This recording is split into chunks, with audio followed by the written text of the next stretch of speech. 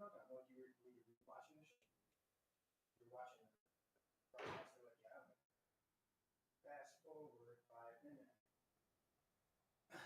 watch tons of shows that have.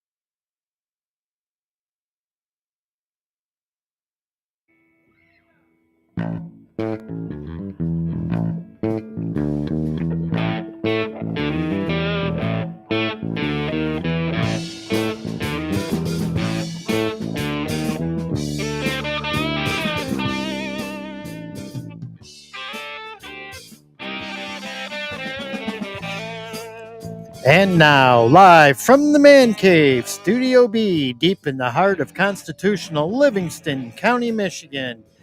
It's Friday night, time for a financial Friday night conversation. with special guests Luke Broyles, the Bitcom advisor, our good friend Shane Trejo, and Amber Harris is gracing us with her presence.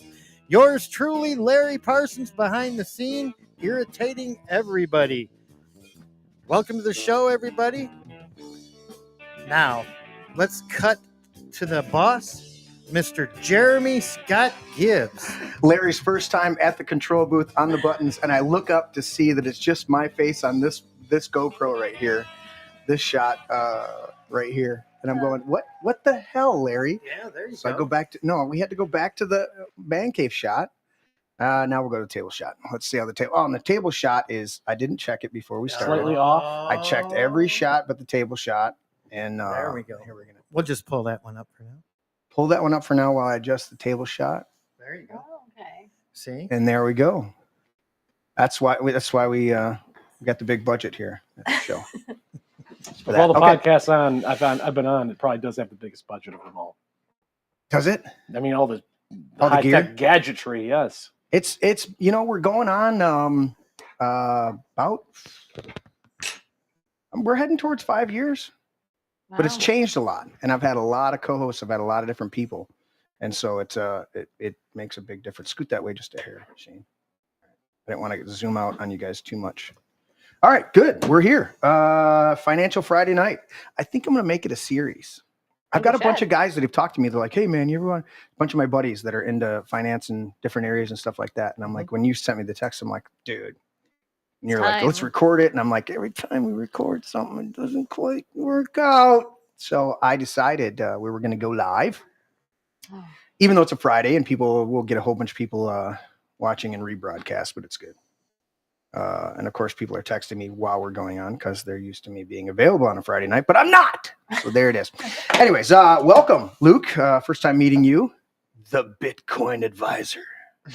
That's how it was texted to me. That's what I put in the notes, man. Yeah. I got your bio. Yeah. You're an old man. You've been doing this for a long, long time, and so I get that. An elder statesman of the Bitcoin community. Yeah, I think we're figuring out the ages here, and you qualify to vote and go to war. So I mean that's good. Technically, barely. Barely, technically. But I think seems to be the generations pick up on the newer stuff quicker. Yeah, actually, I don't know if I'm actually very young in the Bitcoin world. Most people in Bitcoin actually are between 35 to 65. So I'm actually basically a decade younger than most of the people I'm interacting with. So it's Makes a very difference. interesting. Yeah, it does make a difference. The crypto at large is a younger demographic, but Bitcoin is typically a middle-aged kind of. It's kind of interesting. Yeah. Let's do this. Let's go to this one. I'm going to do this real quick. Normally have Mom do it, but I'm going to do it tonight just to speed things along. This podcast is mostly raw, unfiltered, and completely politically incorrect. We say Merry Christmas, the Pledge of Allegiance, especially the part about one nation under God that was added in 1951, I think, by Eisenhower, 52, something like that. We thank our troops for their service. Larry served. Thank you, Larry. We recognize two genders, only two genders, dangle, no dangle. As adults, we enjoy adult beverages. Just me tonight. That's fine. Water. And we cuss. We do not curse or swear. I mean, every once in a while you might curse somebody or you might swear allegiance to something, but definitely tonight we make at the end, we're going to have to all swear allegiance to Bitcoin. Okay. Duly noted. And on that religious mantra, we love Jesus, but hate religion and religious hypocrites, formerly known as. If any of this offends you should probably leave now because it's going to be raw and unfiltered. So with that, I will do, are there any other disclaimers that we need to do with you guys? I pulled up this one pulled up this as a reference. Why do we not do, we're not offering financial advice tonight as we talk about Bitcoin. I thought I didn't go deep into it because I didn't know if we needed to go deep into it, but we're not offering financial advice tonight. None of us here at the table. We're just pontificating and speaking from our minds. It is just a conversation. Just a conversation. Is there any other disclaimers? You guys, political affiliations? I got one. I got a quote. I'd like you got a quote? Okay. Give me control over a nation's currency, and I care not who makes its laws. of Mayor Amschel Rothschild back in the 19th century. I was going to. Oh, goodness sakes, girl. Sorry. You got nothing to clip them on? No, We'll just leave them on the table. You'll be fine. sorry. You're I all right. do that most of the time anyway. I wanted to ask this. It doesn't have to be the main. It doesn't have to be anything like this. How much of you guys dove into the whole conspiracy about money being tied to maritime law? The currency You got that you cricket, go you got to cricket, you got cricket you go sound to effect, Larry. a bank. I'm aware of it. I don't know much about. I've not gone deep. But I'm Did you aware. mute him? I'm sorry. What did you say? Yeah, no, I'm on. Yeah, I'm aware of it. I haven't gone deep down that, but Okay. I'm aware there's It goes deep. Well, you got Like to some read. people that You got goes Crazy as deep as and- the You got- Mariana you gotta- Trench. you got to read Black's Law Dictionary of 1847 to learn It's it. over there on the. It's over there. It's on the shelf. And my New World encyclopedias are over there as well. So we got to dive into it. I was just curious what you guys thought of it. But we're going to talk about Bitcoin. We're going to get into this deep. That was your only disclaimer? No disclaimers, no disclaimers, no disclaimers? No. No. Okay. I'm not even going to do it. Apologize. We're not even going to do that, Larry. We're not even going to apologize. I'm going to exit this window over here because I'm not even going to do non-illegal advice. There we go. So there it is. Where do we want to start? We want to start with. But I have a disclaimer. Oh, geez. If there's any mistakes made during the filming of this show, it's Jeremy's fault. This is true.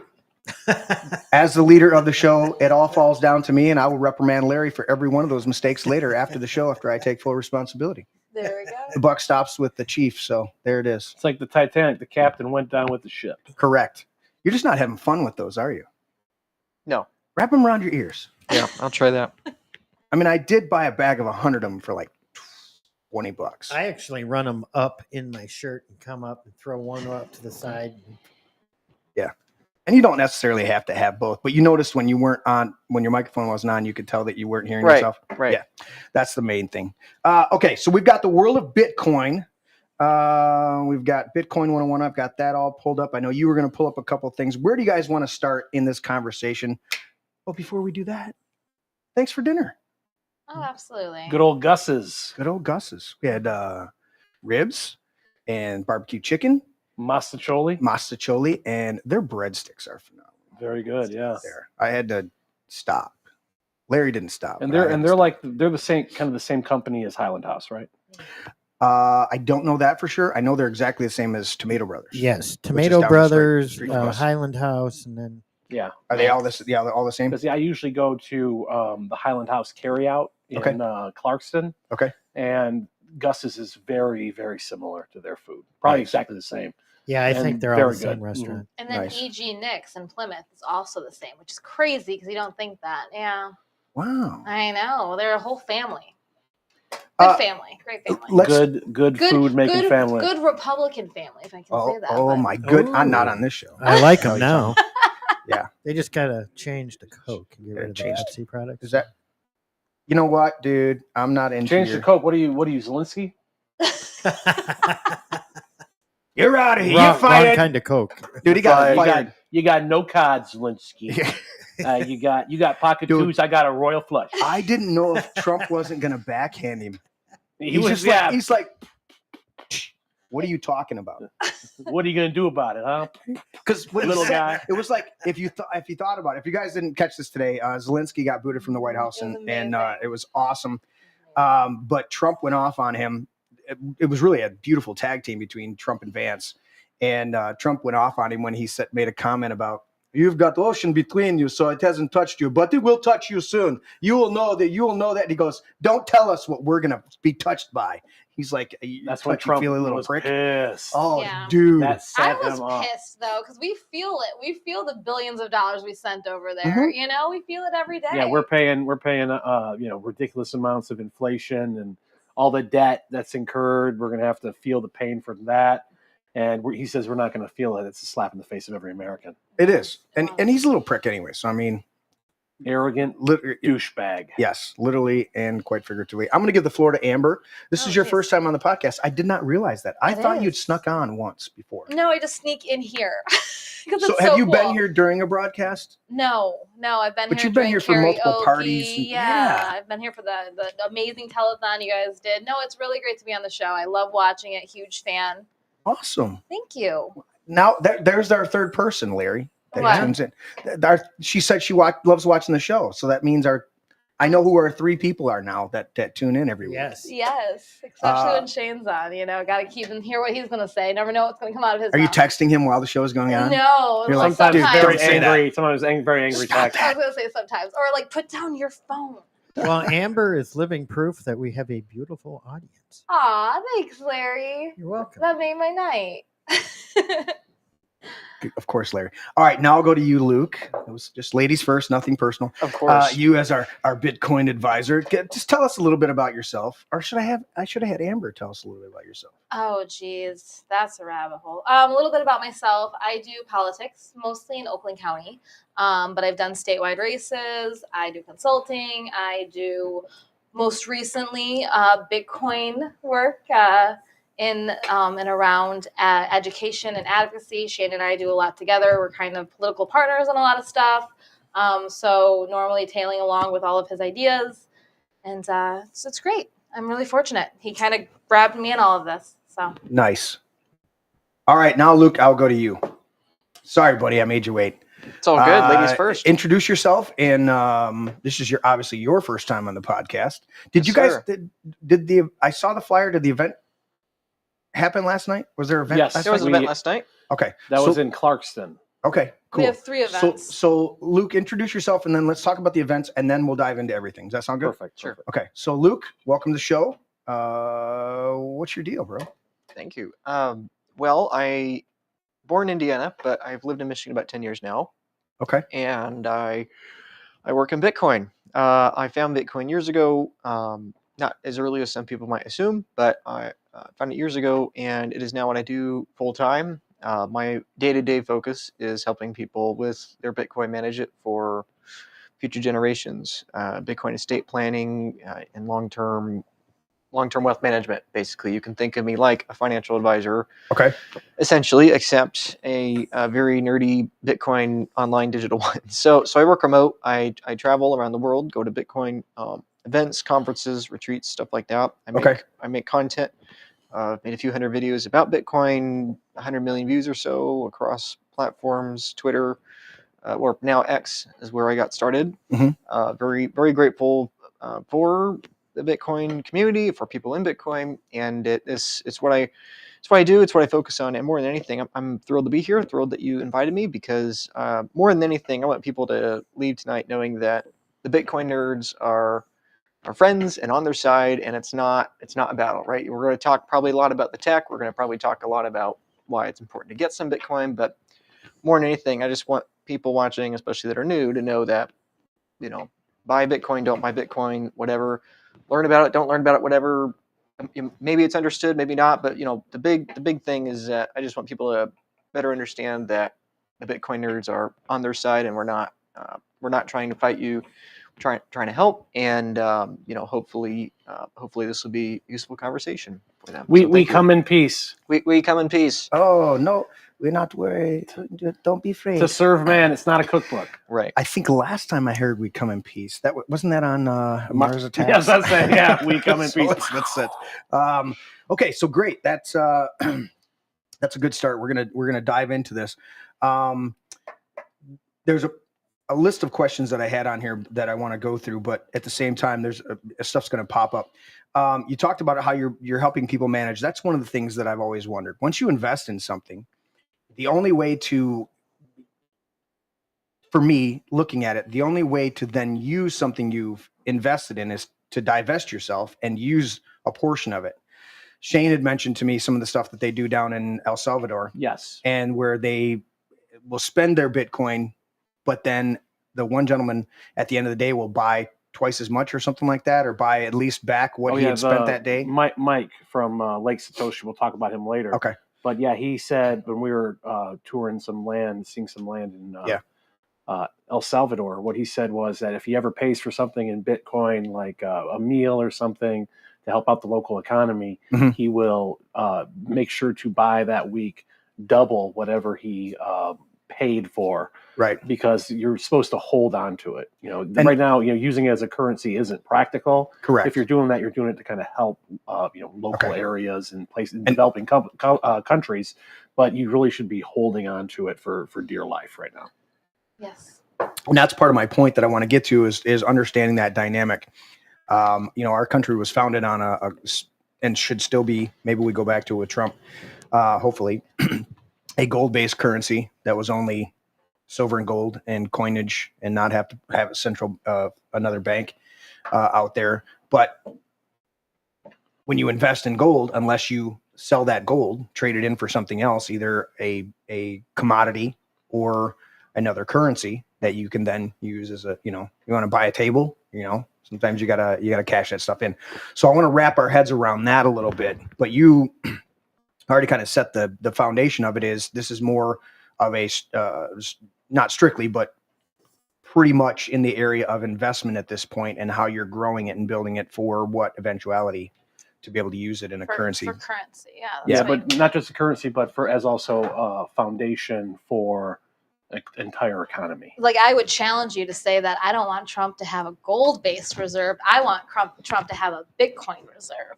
Okay. You can have both. But you can have both. But I would like to see it move towards a Bitcoin reserve so that it starts that conversation, that groundwork for a Bitcoin reserve to grow. Because I think that's when we see massive adoption. Okay. Yeah, Luke. So start off with, for someone who doesn't really know a whole lot about Bitcoin, let's say their name is Larry Parsons. They don't know anything about Bitcoin. What would you first thing that you would tell them, try to get them to understand what Bitcoin is?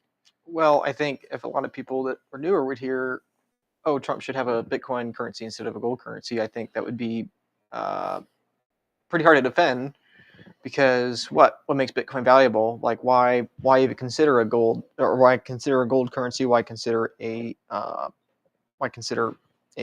Bitcoin currency? Man, these are really bothering me. Well, don't worry about them. Take them off. All right. I got you, buddy. Okay, great. So, yeah, that'd be the first thing I would address if somebody would ask me that. And I think the better way to view it is to step back and ask, well, why gold at all? Like, why do we have a gold currency? Why is the gold standard the gold standard? Why do we have it right at the beginning of the country and now we don't? I think that'd be the first question, and I would argue it all comes back to energy, and that is the way not just humans, but that's the way all life decides who controls what resources. The hive with the most bees controls the most honey. Mm-hmm. The deer with the biggest antlers controls the most mates or land or whatever, right? The lion with the biggest mane has the most mates, right? So like everything in nature is basically a constant competition over energy. Who has more energy? Predators, prey, whatever. Even prey, it's all about, the rabbit needs larger ears and bigger, stronger legs to run away from the fox or whatever, right? So nature respects energy. Nature respects what is the most powerful, the most dominant, and the most consistent form of energy. And so I would say humans are no different. And at the very beginning of human civilization, what mattered most was food, water, shelter, weapons, land, because with land you can control, whatever, fruits, crops, farming. But at a certain point, because in that period of time, there's no use for gold, right? Like, you can't eat gold, you can't drink gold, right? You can't grow soybeans with gold, right? You can't feed gold to a cow, right? It's money is a funny abstract idea where, if you were too early to the gold standard, gold was like worthless. It's a worthless yellow rock that can't do anything with, right? But at a certain point, the world upgraded to a point where so many people had weapons, so many people had food, had water, had the cows, had the shelter. Everyone had enough energy. Well, then now there's no point in like what's more important than having the weapons? What's more important is having gold, because the gold can be used to buy the weapons, right? Like you said, Jeremy, like, you can't do anything with the gold, but you can convert the gold to some other currency, some other commodity, right? So, Right. so then the question is, why did people choose gold, right? Why didn't we choose rice? Why didn't we choose cows? Why did we choose something that has no quote unquote intrinsic value? Mhm. And I would argue the answer would be because it all comes down to energy. What is the hardest thing in the world to create more of? Gold is, or at least until about 100 years ago, gold was the most difficult material for people to make. Now it's like uranium or other kinds of elements, materials, obviously, platinum, things like that. But Yeah. for the entire ancient world, gold was the most energy intensive thing to produce. You can't smart your way out of it. You need to dig through more dirt to get gold. And so I would say stepping back in that way and realizing humans gravitate and value to things that are difficult to reproduce, right? We value children because you can't reproduce them, right? I mean, you can make new kids, but you can't reproduce each, like they're not easy, right? And so like for everything in life, whether it's a loved one or it's an economic good, houses are valuable because they're hard to reproduce. Kids are valuable, and education is valuable. Knowledge is valuable. Everything in our life is valuable, Right. based on how much energy to take to get that thing. And so gold takes way more energy to reproduce than things that are easy to reproduce, right? Like cows or like crops or stuff like that. So Yeah. So all I had to say is that that serves a purpose. It's an abstract idea. Gold is an abstract idea, but it serves a purpose. Doesn't really come back to a barter dynamic, even with the gold, Right. because I think everybody here in the table, we've grown up in this environment of understanding that our bills in our wallet and even our credit cards are based on a fiat currency. There's no intrinsic value since we were taken off the gold standard by Nixon. But even before that, when the Fed Reserve came in, they began to debauch the currency and lower its value. And that's why we have people don't even understand inflation. They go, oh, gold's at this level right now. I'm like, no, that means your dollar's worth less. Correct. Right. And most people don't get that dynamic, but that's the reality of it. And but it's the intrinsic value of that paper in my wallet or the credit card or whatever it is in that momentary transaction that gives it a value, that gives it some merit in our transaction. Whereas I could do some work for a buddy of mine and he's got a trailer or I've got, he has something that I want and he needs my skill, or I need his skill and he's got something that I want, and so we barter for that. I had one of my buddies come and do a bunch of work on my furnace, and I had extra equipment in here that I inherited from my father-in-law. And I said, we negotiated and I said, hey, I'll give you this and this here that's here. Mm-hmm. And it was a bunch of metal stuff that he could use in the shop for doing HVAC. And he's like, cool. There wasn't a dollar involved in the transaction. He knew what his value was to do the work that he did for me.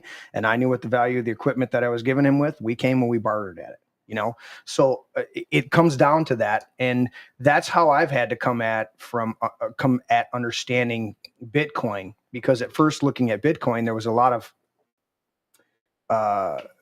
my fundamental things were it's based in your computer. It's not tangible. That was my hardest thing. Exactly. You can't touch it. It's not tangible. And it took me years to wrap my head around the scarcity. How can I use something that I can't touch? Correct. And that was the hardest part of me to get over that thought. So when you talk to people, Luke, how do you get over that? Oh, it's not tangible. I can't touch it. Well, I don't believe, personally, I don't really believe in intrinsic value. I think there's really two kinds of things we're chasing. There's utility value and there's monetary premium. So utility value means this thing helps me live. So that'd be something tangible. That'd be something, like water you can drink, or that'd be a computer you can use, or a microphone, or whatever, right? The clothes you're wearing. Right. Those things have utility value. I have them to do stuff with, and without them, I can't do said stuff. Okay. So you're drawing a distinction between utility value and intrinsic value. Right. Right. Okay. So the ultimate utility value is oxygen. That is objectively the commodity with the highest utility value on the planet, more than shelter, more than guns, more than gasoline, more than water, even oxygen. Without oxygen, it is biologically the thing that humans have a universal fear response to. So the deprivation of oxygen, I should say. So there's utility value, but that's totally different from monetary premium, because oxygen, like, nobody uses oxygen as a form of money. You like, if there was such a thing as intrinsic value with stuff that lived, right? It's a common statement, not just with Bitcoin, but with everything, that something doesn't have value if I can't touch it, if I can't taste it, or can't whatever, right? But that's just objectively not true, because oxygen is the most important utility value for every single person universally on the whole planet every single day, and not a single person on the planet's paying for it. So there's that. But just wait until they come up with Oxycoin. Oxygen coin, right. Or go to Total Recall and go to Mars, and they just cut off your sector because. Right. Oh, there you go. Then oxygen will be currency. Then oxygen will be currency. The problem is you need to make it every 30 seconds so to live. But you can't go to sleep; you'll die without it. Yeah. So then the other flip side of that is what's called monetary premium, meaning that this is something we value not because it helps us breathe, it helps us eat, it helps us move from point A to point B with transportation, but this is something we value because it is difficult to reproduce. So I would argue that knowledge has that, right? If someone why does somebody spend real money to go to school, right? Obviously, the system's corrupt, people go into debt, right? That aside, just assuming it was not that, like, even in a sound system, why do people spend real money, quote unquote, to go to school? It's because there's a massive monetary premium with that knowledge, right? If Shane or myself, have more knowledge, people are going to value that more because we're going to be more productive. We're going to do more stuff, right? So knowledge has a monetary premium.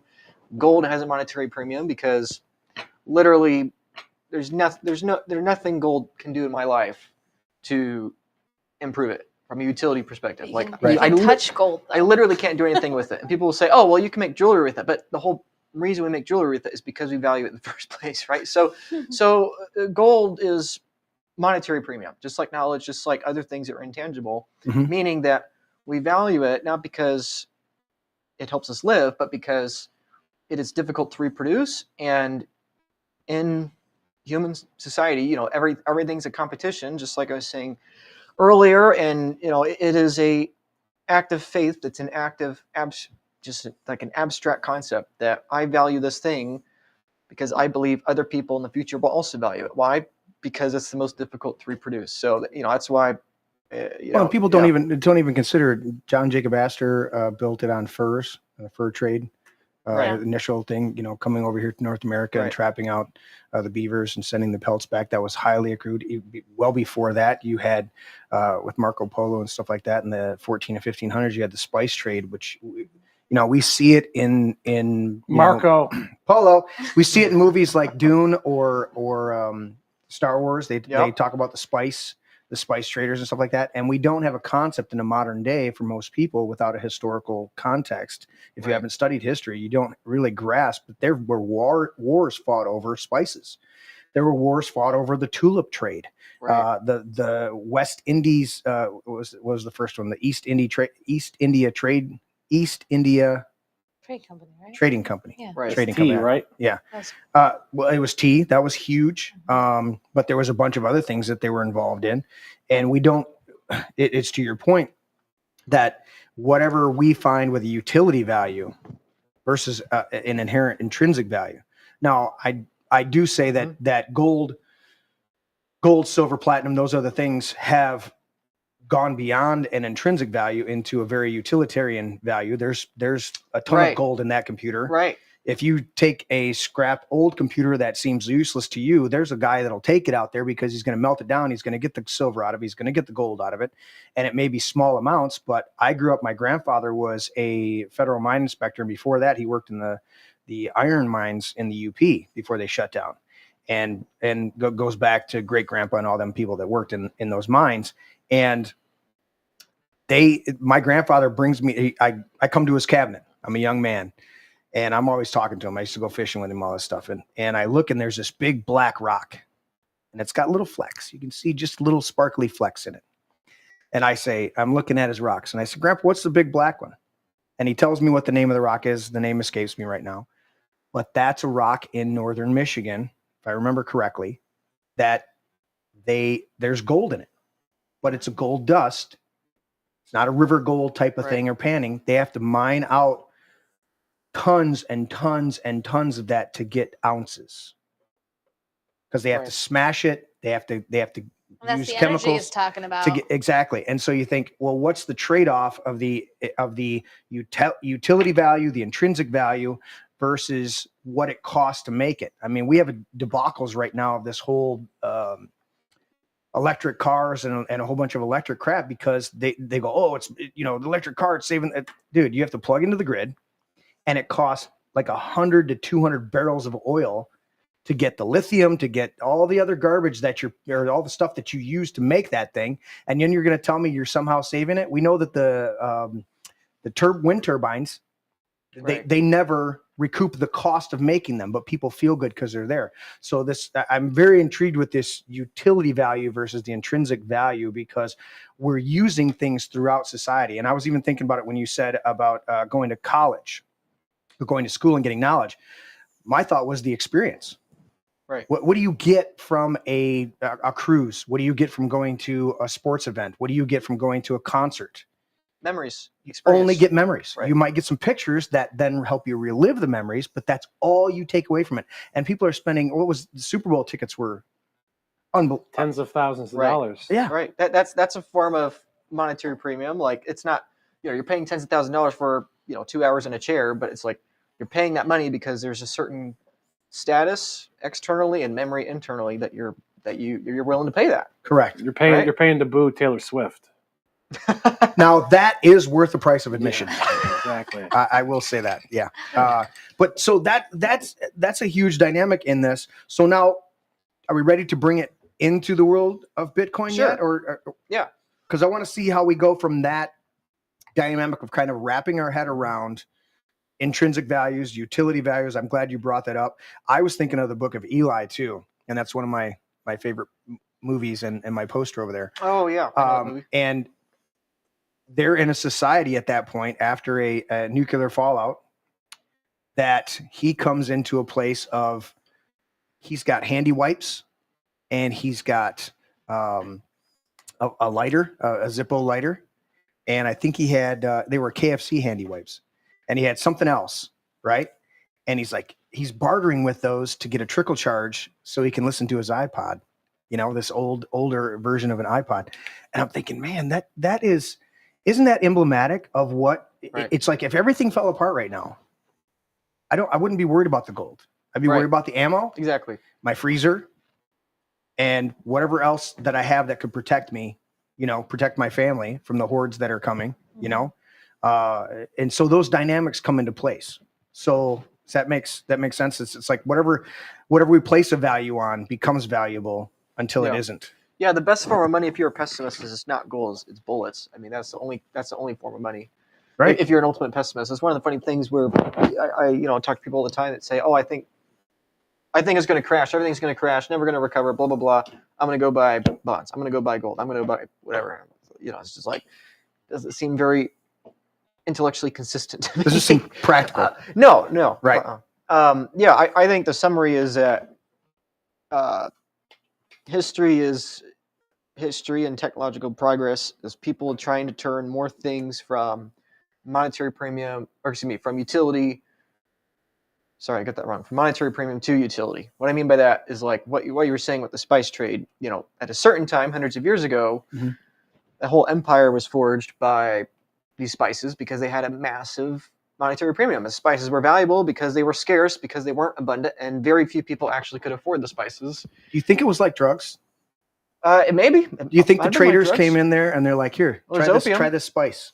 Try this opium. And they're like, oh, that spice is really good. Okay, I'll sell you a bag. I mean, even if it wasn't drugs or addictive, like it was probably, it's kind of like Super Bowl tickets. It's like there is this taste nobody else in our society has ever had, and you get to have it, right? So Right. even if it wasn't a drug directly, like it's a drug of Well, status. I meant like Yeah. drugs as far as I'm gonna give you a sample of this. Right, you let's know? get you hooked. I mean, that's how the literal drug companies work. Right, They walk into a doctor's office, they throw a bunch of samples on the counter, they tell you very minimum about the drug, Yeah. none of the side effects, and then they go push it on your customers. right. Nothing is free. Nothing's free. Well, that's the thing about the free lunch, right? There is no free lunch. I've had to explain to a few people. I'm like, go back and study it. They're like, what are you talking about? I'm like, there's no such thing as a free lunch. You know where that came from? Because they would say free lunch on the door, and you bought drinks. And by the time you ended up, you would spend so much money on the drinks, it would pay for the meal. They knew how the game worked. Right.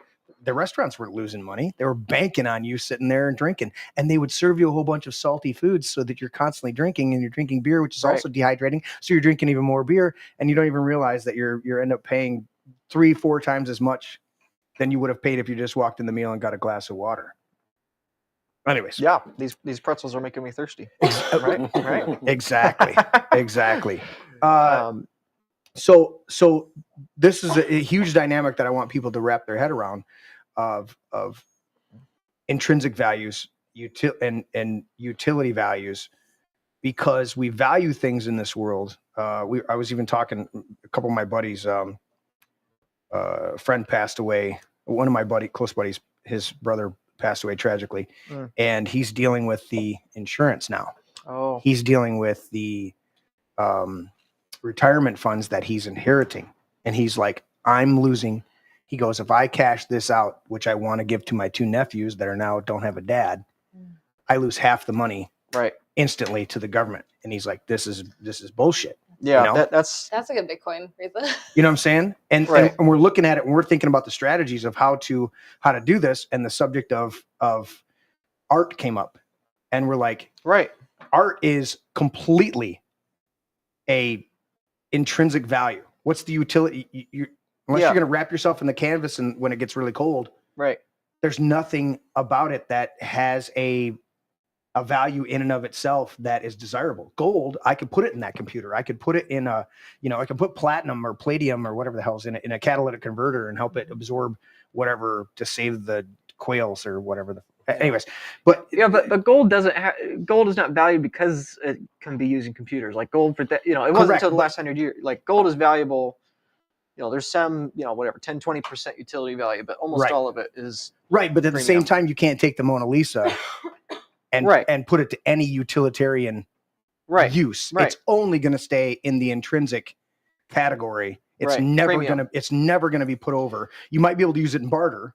Right. If you're the actual canvas the painting is on is worth 1/1,000,000th of what the painting's actually worth. Correct. Yeah, right. And that's all I'm trying to draw a distinction of. Correct. Is saying, look, there are some things that we can find a utilitarian value in that has had a high intrinsic value for a long time as a form of currency. Right. But so that leads me to let's break down Bitcoin from start to finish. Yeah. Right? Yeah, no.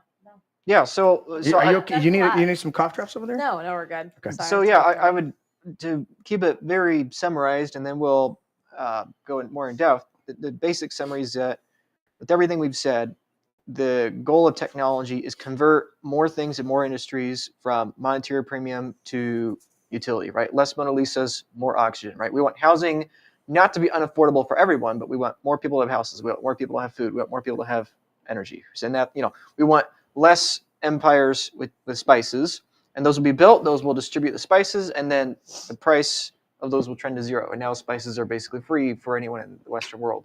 And so what is the most difficult thing to reproduce? The Mona Lisa is pretty difficult to reproduce because it has a massive cultural network effect around it. Gold's pretty difficult to reproduce, not quite the same cultural impact, but it's something you have to dig out of the ground. But the most difficult in the universe to reproduce more of is a number you can't, it's a number that you can't reproduce. So the thing that's the easiest to make more of are numbers that aren't backed with reality, that aren't tied to anything.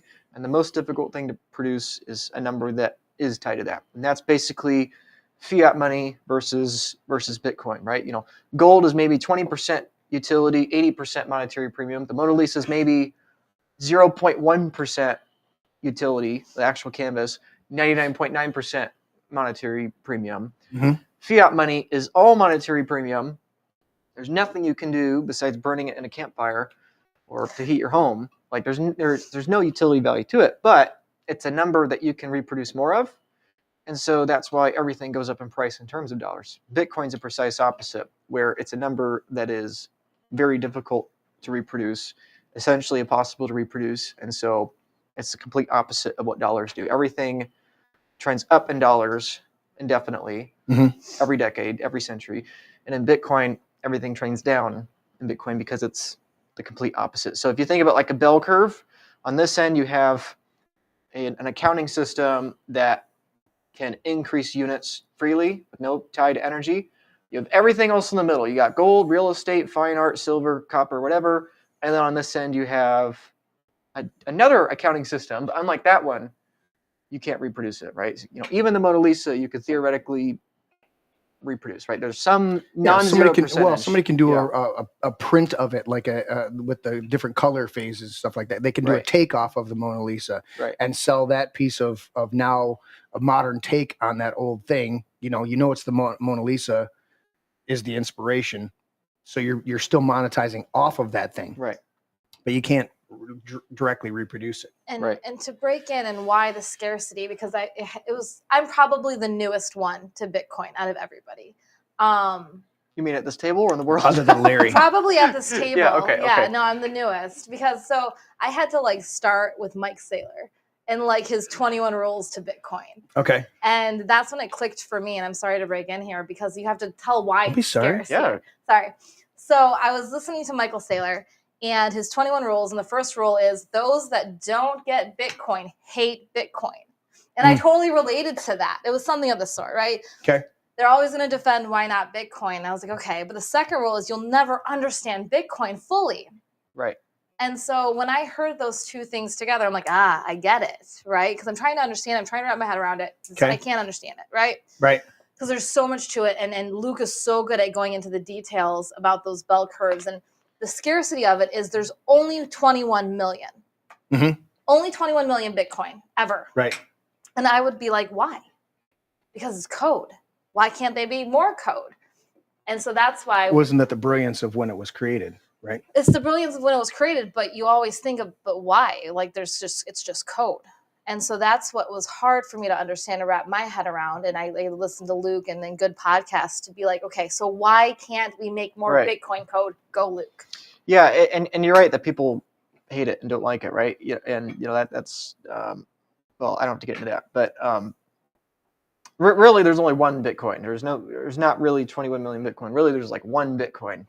It's just we humans 21 segments. We just subdivide it because we're humans and we there's only one Mona Lisa though, right? You might have 1,000 square inches on the Mona Lisa, but like there's one Mona Lisa, right? And so with that, why can't we make more? It's because you can think of Bitcoin, it's just code, but the code you can think of like a set of instructions for a game, and the rules of the game dictate you have to spend electricity to make more, and the more you play the game, the infinitely closer you get to zero. So you could theoretically make a different set of code. You could copy Bitcoin and in that version make more Bitcoins or whatever you want to call it.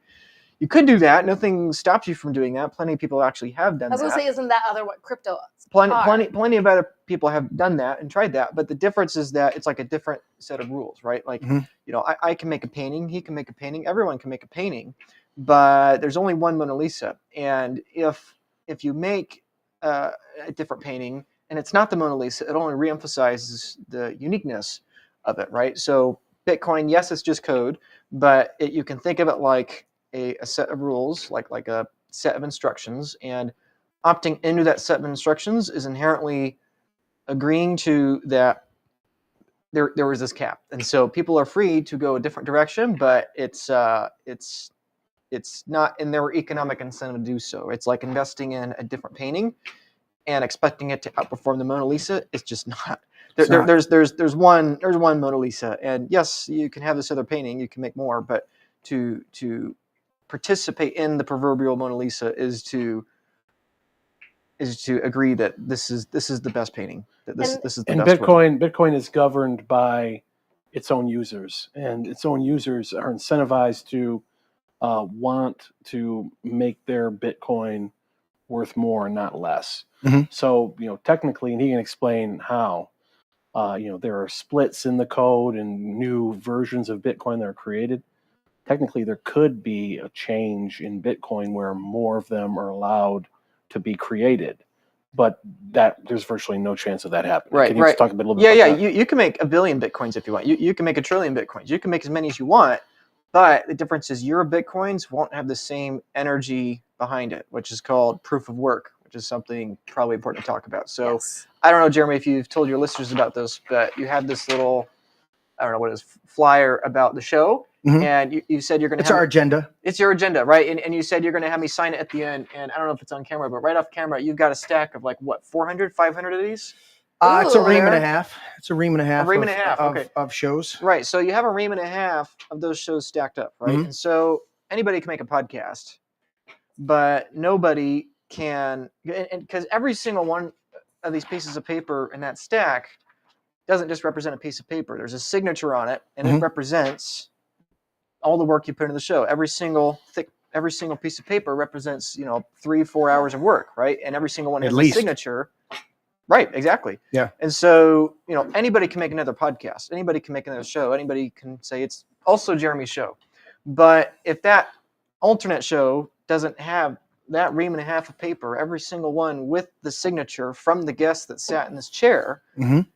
then it's not your show, right? And so, in the same way someone can make 1 million podcasts with a host named Jeremy, none of them can make the same exact show that you've done with the same proof of work, one guest at Correct. a time, one piece of paper at a time. It's the same kind of idea with Bitcoin. That's what's called proof of work. The most quote unquote work has gone into producing the Bitcoin podcast, quote unquote, the Bitcoin coins. Right. And so, to Amber's point, to Shane's point, yeah, anybody can make more Bitcoins. Totally right. It's totally digital, right? In the same way you can have a JPEG or a PDF on your computer, Mhm. you can copy paste 100 billion times and like forever, right? And so with Bitcoin, Right. anybody can copy it. Plenty of people have copied it, but ultimately what they can't copy is the electrical cost Mhm. that it took to make this one specifically. So they might be able to, maybe they can copy the face of it, but they can't copy the back history of the energy that's been spent.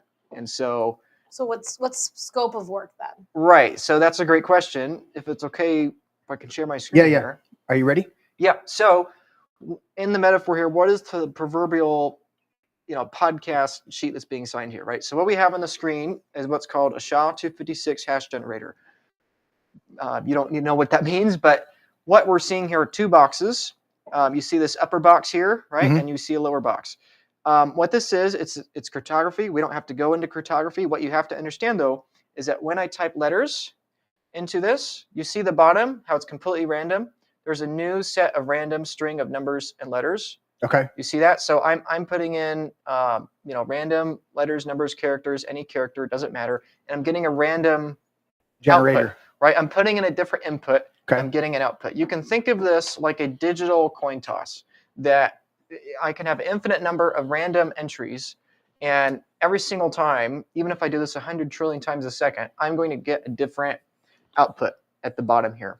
And so the way Bitcoin works is that to have a batch of transactions, to have a batch of energy saying these transactions are legitimate, these transactions are not legitimate, Mhm. they need to be tied to a certain output, a certain hash that was achieved by effort. So going back to the gold metaphor, in your story of that black rock with the gold flakes in it, Yeah. right? You can think of it like that, right? Is that if you go out, 100 times out to the mountain or out to the valley or whatever to find those rocks, right? Sometimes you're going to get it. Almost always you're not. It's basically chance. Right. And you only get more rocks as a function of The effort. the effort, right? It's the Mhm. same idea here, right? Okay. Is that computers, even if it's AI, even if it's a really advanced computer, even if it's a really smart person, doesn't matter how smart the computer is, the cryptography of what I'm showing you here is 100% based on chance. You can't outsmart this. This is basically like a digital Fingerprint. Yeah, It's completely unique. right. Every input you're getting basically a digital coin flip, and then the final output hash at the bottom here, the output, Mhm. that you can think of as like the signature. So if I sign this piece of paper right here Right. on the podcast metaphor, this output is showing that to computers that hey, somebody somewhere put in 100 billion, 100 trillion, 100 quadrillion, whatever inputs, and they got an output that is so statistically improbable that we know they had to have a computer running at whatever hashes a second to get that. And a hash means another proverbial coin flip. So basically, you can only get a certain output by spending a certain amount of electricity, which means that to get a certain batch of transactions, it means somebody somewhere had to spend electricity. There's no other way around it. Okay. So wait, how much stuff do I have to type in there before I get the hash? Hundreds of trillions, hundreds and hundreds of trillions. Like you would need a very, very long time. So I guess I'll just run through this. So if one looks at the bottom here, you see that 58FDD that you see the start, that Yes. output there. So right now you would need about 18 or 20 leading zeros, which means the first 20 or so of the digits here on this output would have to be zeros. So, I'm putting in, a few dozen entries a second. You see, you're not even getting the first 2 or 3 to have zeros, right? And so imagine, every single one you have is like, 1,000 times more difficult than the last one. But just to get a Now, is this we're talking about just how unique it is, correct? We're not talking about mining for it, or is this part of mining? This is mining. Literally right now, typing into this. Technically, I'm mining Bitcoin. Technically, Okay. this is mining Bitcoin. That was the first thing. Right. So we didn't talk about this before the show, but my partner and I years ago, we bought Bitcoin. Yep. Through happenstance, circumstance, that Right. laptop got lost, and he was the only one that knew the 8 code. I think we bought 100 100 Bitcoin. back when there was dirt. Like what did it come out at? Like $1 a coin or some stupid 6 thing? cents. 6 cents. Yeah. That was I the think first we got price. it at like $1, and Wow. we spent like $100. And it was in a computer, and he was the one with the OCD that Right. typed in his code, and then circumstances, situations, blah blah blah. Fast forward, Right. computer's long gone. Right. Long gone. But when I bought that tower for the podcast 5 years ago, immediately one of the young men that worked for me said, "Dude, you could mine Bitcoin with your GPU." And I'm like, "What?" And that's when I was reintroduced to it about the mining aspect, but I never dove into it. Life and grandkids and all that other stuff Right. goes on, because I didn't see utility value and didn't see necessarily an intrinsic at that time. So what's the next thing that you want to phase into? Because I would like to figure out how we get those 8 codes, random codes back. I'm sorry to say you won't unless you find the computer. But we can get more in a little bit. So sorry to burst your bubble. That would be nice to have. Yeah, that'd be very nice. That's about 10 million, 8 million. It was right around the time I was driving a Bentley and sitting on a lot of money, and then the crash happened, and the computer went away, and the Bentley went away, and a bunch of other stuff. It's still cheap though, but we could talk about that later. Yeah. Yeah. So. So what's this next thing we're looking at? So this is very much tied into what we were just talking about. So remember we were looking at the hashes here. You put in a bunch of entries. Okay. If you put in like 100 trillion, 100 quadrillion, whatever, you get an incredibly improbable output with a bunch of leading zeros. So what we're looking at here is what's called a block explorer. So this is basically a visual simplifier of what Bitcoin looks like. This is what it looks like. You could look at a line of code of 30,000 lines long, or you could look at this. This simplifies it. Okay. And what we see here is at the top here in the search address bar, you see what I've highlighted up here? Right there at the top. It's way small. Yep. I don't think I can zoom into it, but you can see there's like 18 or 19 leading zeros there. So you can see that exact hash, and there's a way to verify it the other direction that this is an actually cryptographically valuable hash, which we don't have to get into that because that's technical. But the simplification is what you see here, what you're looking at there is an output. Somebody somewhere in the world created that output that took so many computers, so much electricity to get that, it's like a 1 in a, whatever million chance. And so what we see here is that associated with this hash, we see different transactions associated with that. And we see the creation of 3 more Bitcoins. And the more people that are doing this, the more we have these what are called blocks. Every time somebody finds one of those rare numbers, you get what's called another block. So is the rare number already there? And you're It's- just discovering it by doing the entry? Exactly. Okay. Because there's a And there's only 21 million, but it can be broken down. You can buy partial. right. 21 million is a random number, right? Like if you Right. had the Mona Lisa in 21 parts, you could also have 210 parts, right? So Mhm. you know the number of times you divide the Mona Lisa is arbitrary. You Correct. can go down to the atomic level. It's the same thing with Bitcoin. It doesn't matter if you think of it in big chunks or small chunks. You Right. can go infinitely up or infinitely down. When the number got so high with Bitcoin, I'm like, well, I can't get into that until somebody was like, well, you don't have to buy a whole coin. You can Correct. buy a partial coin. Correct. I'm like, Buy $20 a week of Bitcoin. I'm like, Yeah. You can buy okay. you can buy a cent of it if you want. Yeah. You can buy any amount. right. Yeah. So And the thing is, and this is what people don't understand about mining, is it's a set number that you can mine each year, right? Or until each block. Each block. Bi- So Bitcoin is all about blocks. yeah.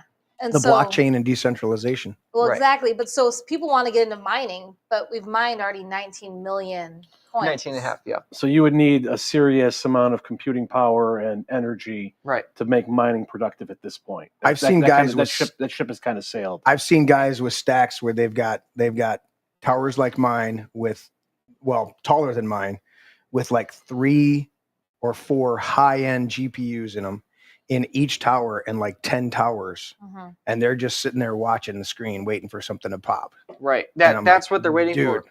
Yeah, they're waiting for a very, very, very statistically improbable number. Basically, it's like a lottery. Yeah. They're waiting to win the lottery, and then they win those Bitcoins. And so they're incentivized to spend the electricity because they might get a certain amount. Mhm. And what they're essentially doing is they're giving all the other Bitcoins value because, hey, yeah, anybody can make a digital code online. Anybody can make a digital coin. Anybody can copy and paste that. But this Bitcoin, you can verify somebody spent $40,000 of electricity to make it, right? Or What's- somebody spent whatever to make it, right? Are they all consistently the same character length? All Bitcoins? That's a good Yes. question. And what is that? They're, Do you know they're, the? they're Do you all, know they're all the? fungible. They're Do you all, know the digital the digit? How far out it goes? Is it? I'm sure it's Mhm. beyond what quadrillion, what's the million, billion, trillion, trillion, quadrillion, quintillion, sextillion, sextillion. septillion. Reptilian. That's the Clintons and the royal family. But do we know how many digits it goes out? Is it For So the the- For the hash, yes, for the hash. the hash can go out infinitely. It can go. but it the can go number's infinitely already far. there. Yeah, the numbers are in the universe. Like every Okay. single potential output Right. hash is out there. It's just a matter of chance of getting it. So because the concept is that Satoshi, Yep. whoever that actually is, We'll get to that at some point, I'm sure. when this was, they had to establish this Right. and create those Correct. incredibly complicated, unique strings, Correct. and then put them in such a way that they could then be mined in order. It's brilliant. I mean, it's absolutely brilliant. It's a Brilliant. So from that dynamic, I'm just curious about some of those little nuances to figure out. It's like, okay, this was something that was, to even put it in a concept, to even have a thought of this, the only way that gold goes up is if more gold is mined, but then the cost to mine it offsets, Right. the value that it puts into the market of the amount of gold that's there, blah, blah, blah, blah, blah. Dollars, fiat currencies throughout the world, they only have intrinsic values based on, they only have value Promise. based on, well, promise, but also the value of, as we could go into birth certificate type stuff, but we're not going to, but the idea of the people or the commodities or the value of the country itself and what it has, The people are the proof of work for the currency. correct. I mean, Right. you can look at, I used to think wholly in that the American dollar was completely worthless because it was a fiat currency. And then I realized we have oil, we have so many commodities in this country. We have That- weapons that we point at you, so you have to take our money. Well, there's that. Mm. But even beyond that, when that money is backed by the full faith of a country, and then you realize the country has an intrinsic value in its resources, in its minerals, in its whatever we have here in this country, you go, all right, there is something backing it. I used to buy into that, like, this is garbage, there's nothing. And I'm like, no, there is actually something here. It's like your currency has some value because you have a country that has a value to the country because of X, Y, and Z. So, but we're looking at dynamics of this can never be like gold can be increased if we mine more gold. Correct. Fiat currencies can be increased if they print more and debauch the currency and make it worth less. You know, the amount of gold that you used 100 years ago to buy a nice pair of shoes and a nice suit and a hat is the exact amount of gold that you would use today, Right. in equivalency to the Right. the dollar that it's based on. With this, there's no inflating of it. And I think that's one of the more powerful things. So I'm trying to pick your brain a little bit on that dynamic of these have already been created, the 21 Bitcoins. Now they can be subdivided, but they've already been created with this 21 million Bitcoins. And they all have these unique numbers that string out for thousands of, or how many characters, you know, it's what to the 200th power, 300th power, whatever it is. And you got to mine it. And so I think that dynamic to me is, this is something that can be subdivided, but it can't be, that's what I want to draw to. Right. You can subdivide it. Right. You can break it into the Mona Lisa from 21 to 210 to whatever. Right. But you can't inflate it. Correct. You can't make more than 21 million. Correct. But you can divide 21 million into smaller and smaller portions. Right. It's a kind of a reverse Fibonacci sequence where you can go back infinitely and have it divide further and further down. And your piece will be whatever that decimal point is worth that much of the 21 million. Correct. But it'll never be inflated. Your 21 million is only going to increase as the whole increases. But it's not increasing because of an inflationary dynamic, but because of a value dynamic. Correct. Yeah. Yeah, I love it. There you go. Yeah, you're catching on. That's great. Yeah. So we're gonna put you on our Bitcoin education circuit. Seriously, this is a Bitcoin ringer over here. We just didn't know it. Yeah, I mean, you can think of it like a meter stick. You gave the Mona Lisa metaphor well. Another example would be like a meter stick.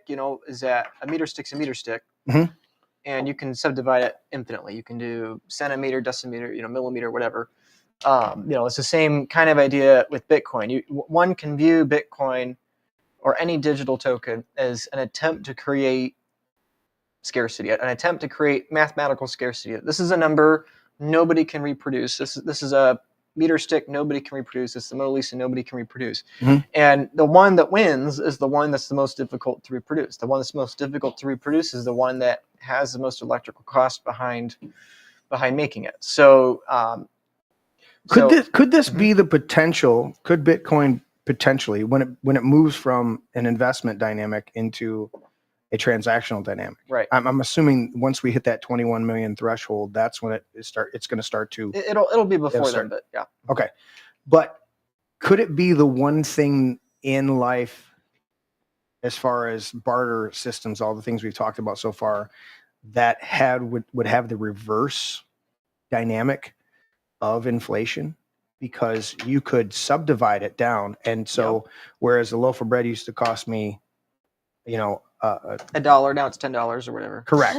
Whereas it could be, now it only costs me a penny because it's got subdivided and the value of the Bitcoin itself increased. Therefore, the commodity that I'm buying, the value of the commodity would actually decrease. Bingo. Without an inflationary dynamic ever being, it'd be not even a deflationary. It's just because it subdivides out so far that now I can use more of this, like you would have more currency in a system, but the currency is not devalued. Correct. As a result. That's a brilliant. Yeah. Bingo. Tell them about Satoshis. Satoshis are a subdivision of Bitcoin. There's Bitcoin, right? The meter. Satoshis are like the millimeters or whatever. Yes. Right? So yeah, those are Satoshis. But yeah, you're catching on sorry, well. Guys. Yeah. I didn't disclose to you guys that I watch what's his face all the time. Max Kaiser? Yeah. Okay. Oh. Okay, so that I makes wasn't sense. keeping it from you, but yeah. yeah, Max is great. Yeah, I love Max. yeah. Very There's funny some personality. conspiracy theories out there He's that down Max there. might be, No, No, he's not. No way. but he's down there in He's El down there in Salvador. El Salvador, Yeah. kicking it, just running shit. He can't talk without going, you got to come down here and hang out with Bukele. okay. Bukele, Yeah. yeah. Bukele. I said it right. Yeah, So regarding your point, that's very well said. I would encourage the way people think about this is that imagine we were having this conversation in ancient Rome, right? We don't have podcasts, we don't have computers, I don't have a Sharpie, we don't have plastic for bottle. Water's probably not as clean, right? Totally different world, ancient world. If we were to subdivide the whole world's wealth and the half a billion people that lived back then. Only a 14th of today. If we were to subdivide that whole world into any number, whether it's a million parts, a billion parts, doesn't matter. If we were to divide it in a percentage basis, and you were to buy 1% of the world's wealth, then that 1% of the world's wealth would be a lot more today. The 1% of the world's wealth, 2,000 years ago, you couldn't buy a single computer. Now 1% of the world's wealth, you could probably buy 10 million, 100 million computers. So if you were living through that change, what you would see is exactly what you described. You would see prices falling down and down and down, right? In the Roman era, a cow was worth a lot, a house was worth a lot, right? But if you bought 1% of the world's wealth, held that with you, you would see the value of that 1% go up in terms of everything else. Because going back to premiums, monetary premium versus utility value, you would see the utility value of everything else in the world collapse down against that number you're holding. You're holding 1%, just this arbitrary, you're guaranteed 1% of the world's money. What you'd see is everything being devalued against that.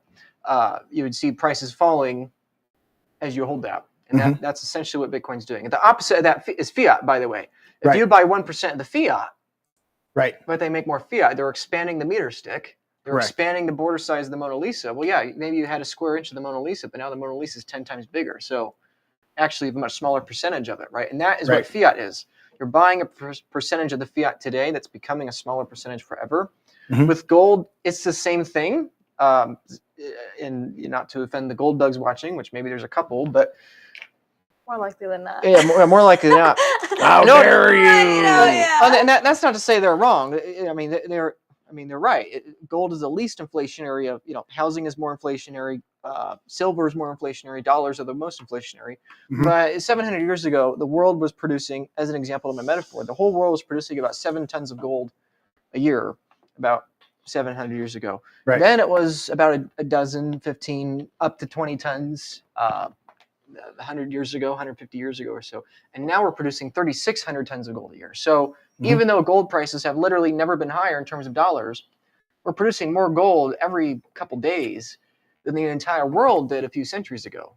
So even gold is a Mona Lisa that is expanding in size. Granted, it's expanding in size 10 times slower than the rate fiat's doing it. That's why the price of gold goes up in terms of dollars. But ultimately, all these things, anything that's trying to become monetary premium is trying to become an accounting system to quantify things with utility value. And so what Bitcoin is, it is an accounting system that doesn't have any expansion or contraction of the numerical system. And so as long as people continue to produce stuff that has more utility value, as long as we keep building things, there is going to be a greater amount of purchasing power per unit of that accounting system. Bitcoin creates zero wealth. You can't eat it, you can't drink it, you can't consume it. There's no intrinsic value to Bitcoin. There's no utility value of Bitcoin. Doesn't mean it's worthless, but there's nothing you can actually do with it. The value of it is that it accurately measures the value of everything else in the world. And let's go to the blockchain itself. So everybody, especially in our crowd, we want to audit the Fed. Right. Audit the Fed. Audit the Fed. Does Fort Knox have the gold? Exactly. Audit Fort Knox. How about just nationalize the Fed and wipe out the debt instantaneously and put us back in a gold-based currency? Well, that's just no Fed at all. That's what I'm saying. But as soon as you nationalize audit it, it's like nationalize it. Just absorb it. That's what prosecute the bankers and go into town square and bring justice. Oh, you've listened to Ron Paul, huh? Oh, that's how he started. I've soaked it in. So but the Bitcoin can be audited. Every 10 minutes, Every Bitcoin's 10 audited. minutes. Yeah. Yeah. Well, and speak to this this concept too of the central. So we just mentioned the Fed. That's a central bank. It's Correct. controlled in a central hub. There's 13. Even though I love 13, I love the number 13. Do you? It's Pavel Datsuk. I have his jersey signed over here twice. He signed it once for. I bought it signed, and then he signed it again for me. I think. Anyways, The 13. the 13. Pavel Datsuk. Unlucky 13. I love 13. 13 gets a bad rap because of the Knights Templar were murdered on Friday the 13th. Because they were hoarding treasures from all their conquests and keeping it from the church, and they didn't like that. And Single point of failure, honeypot. the military had become greater than the Honeypot church, problem. and so the church decided we're going to wipe out the Knights Templar, and they went and massacred them on Friday the 13th. That's why 13 has a bad number, so I don't like. Anyway, so 13. No, don't forget- that's don't actually very related. Yeah. Yeah. That's that's very funny. Don't actually, forget that guy Jason. He came later. Oh, okay. After he came later, but so 13 regional hubs here for the central bank, the Federal Reserve Central Bank, 13 hubs. But the idea of it is being centralized. But then going back to Bitcoin, there's no centralization. It's all in. What do you? Larry, So that's heard what that that? button does. Did you find buttons over there? He just Yeah, really wanted to be a part of the show. the Making- button. Yeah. playing okay. Pokemon over there or something. You know what? I was just thinking of Larry being bored over there. I see him switching. I see him switching screens, and I'm very proud of you, Larry.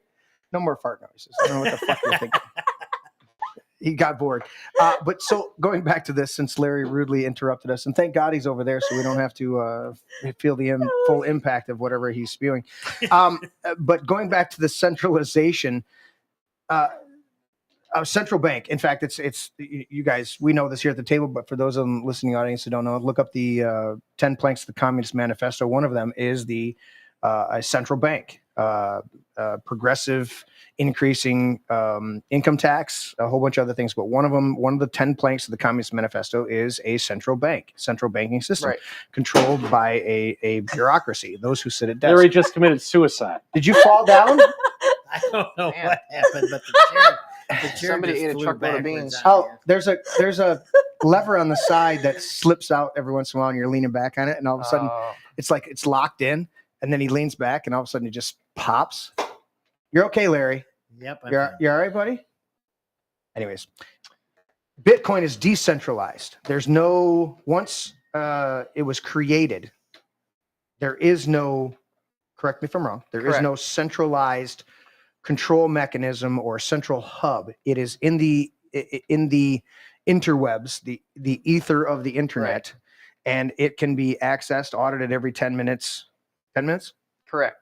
You want to Yeah. expand on that? So actually, it's very related to the Knights Templar, right? Mhm. Story you just gave, right? Is that they were hoarding the gold, right? And so because every other form of monetary premium we've been pursuing is analog, it has a honeypot problem. So if you think of it like a hive of bees, the more successful the bees are, the bigger the hive, the more honey they've made.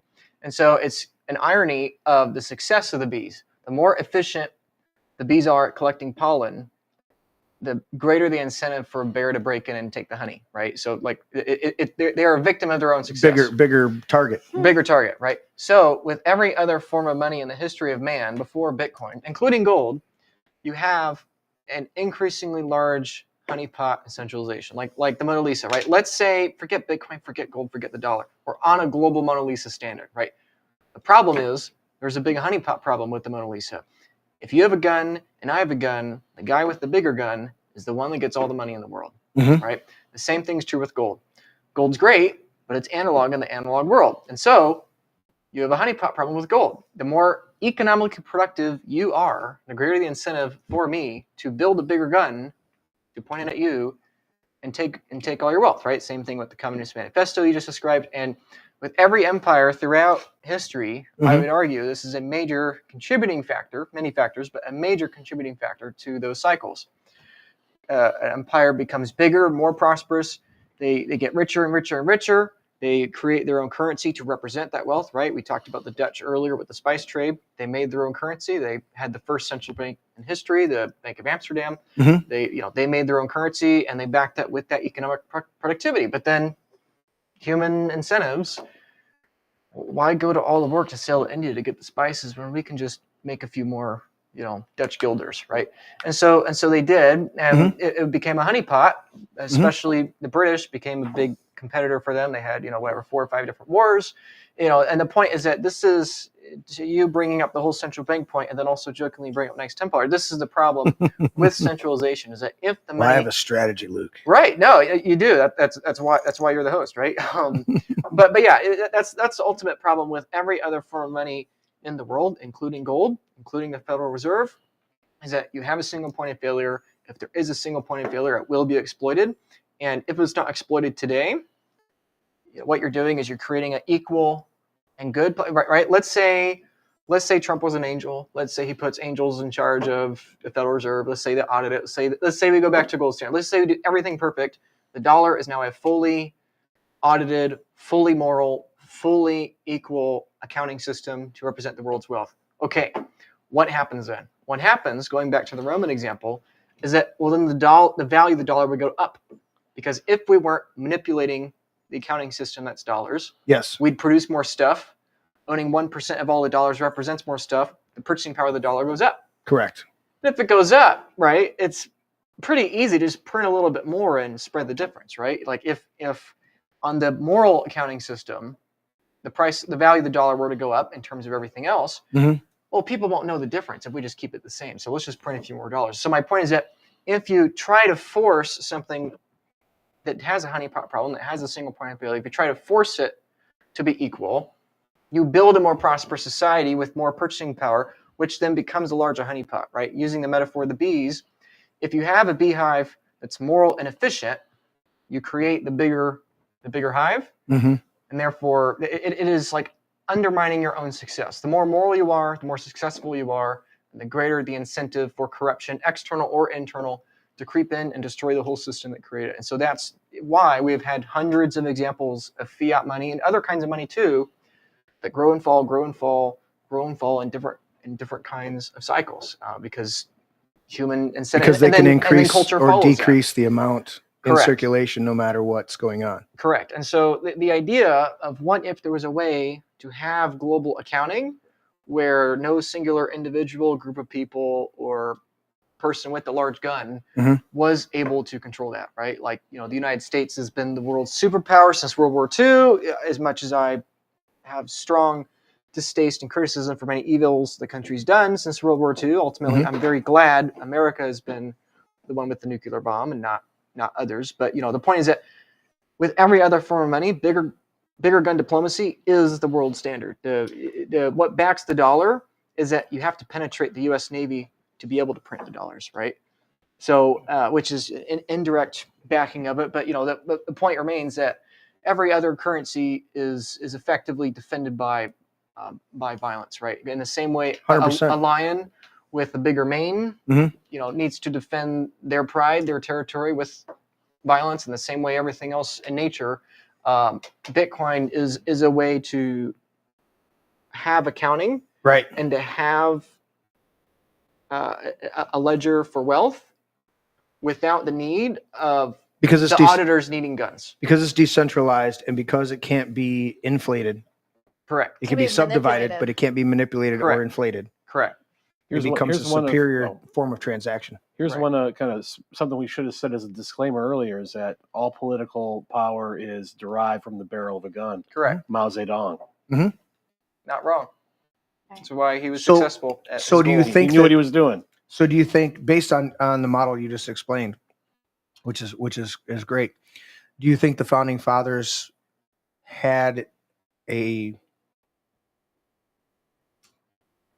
inherited or borrowed, I don't want to say borrowed, but an inherited wisdom? Anyone who lacks wisdom, let him ask God, who gives generously without finding fault, and it'll be given to him. But do you think they had an inherited wisdom from God as birthing a new nation formed in liberty, not formed in tyranny and all these other dynamics, that they based and we've obviously talked about gold, but they based our currency in gold and silver, and the only way for gold and silver to be increased in the marketplace was to have it mined Correct. and extracted from the earth. Right. So in that dynamic, it's along the foundation. Obviously, Bitcoin, because it's digital, is doing this on a infallible level. There's no way to mine more of this once it's all mined. Correct. But as far as their understanding of what gold was in the earth at that time and silver, they said they were. I'm looking at this going, okay. The founding fathers are looking at this going, okay, we're going to base our currency on gold. It has an intrinsic value and utilitarian value in our society right now. Well, there was no utilitarian value at the time. There are no computers then. Well, as far as transactional value. Sure. They had a transactional value and an intrinsic value, and the only way that it would increase is through actual labor and mining it out of the earth. And so there wasn't a fear of it being expanded artificially in any way, shape, or form, which they had witnessed and they had seen. It was done in the colonies. It was done prior to that. Well, the Continental. Right after, yeah. It was expanded. So I'm looking at that dynamic going, really, that they were really pioneers in that idea of not expanding, not allowing a currency to expand unless its labor has brought its expansion out, unless you've literally mined it out. And I wonder how much of that went into the thinking of creating Bitcoin is, let's create something that can only be mined. Right. It's using the same terminology. Right. And the only way, but the only difference is we can't set a finite number on gold. Correct. Because it's analog. You can always make more. Bitcoin sets a finite number. Mm-hmm. And I think that's the progression, the next step. I was thinking about earlier with you were talking about how much gold was in the earth and how much was mined every year, back even Egyptian times, but they made a sarcophagus and a whole bunch of other things out of solid gold. Right. So yes, it was more, there was less mined per year, but there was more of it according to population available and obviously held in greater portions to the royalties because you had less population. And so therefore the amount that was mined is going up there. And it cracks me up that if we actually allowed all of the diamonds that are produced out there released into would collapse. Yeah. It would collapse the diamond industry they're immediately. Yeah. They're hoarding the diamonds to force up the monetary premium of diamonds. Correct. And it's another dynamic of what we're talking about, whereas Bitcoin emerges as the superior example of this because it is finite, it is digital, it can't be manipulated in that aspect. Whereas diamonds, we know De Beers the cartel is holding millions of diamonds and artificially propping up the market. They should be just commonplace. According to scripture, there's a whole gate made out of one solid diamond. So it's like, so I think about this. All right, I want to pivot a little bit. Is there any more to discuss on that? I want to ask a couple we could talk as long as you want. We're going to do that. Yeah. I want to have one question I want to ask. You brought up the auditing process, and you can see how it's all created. You can track on the blockchain different transactions. Doesn't that seem like it'd be a privacy concern? Like people could track all the different transactions, who's getting the Bitcoin, where is it going?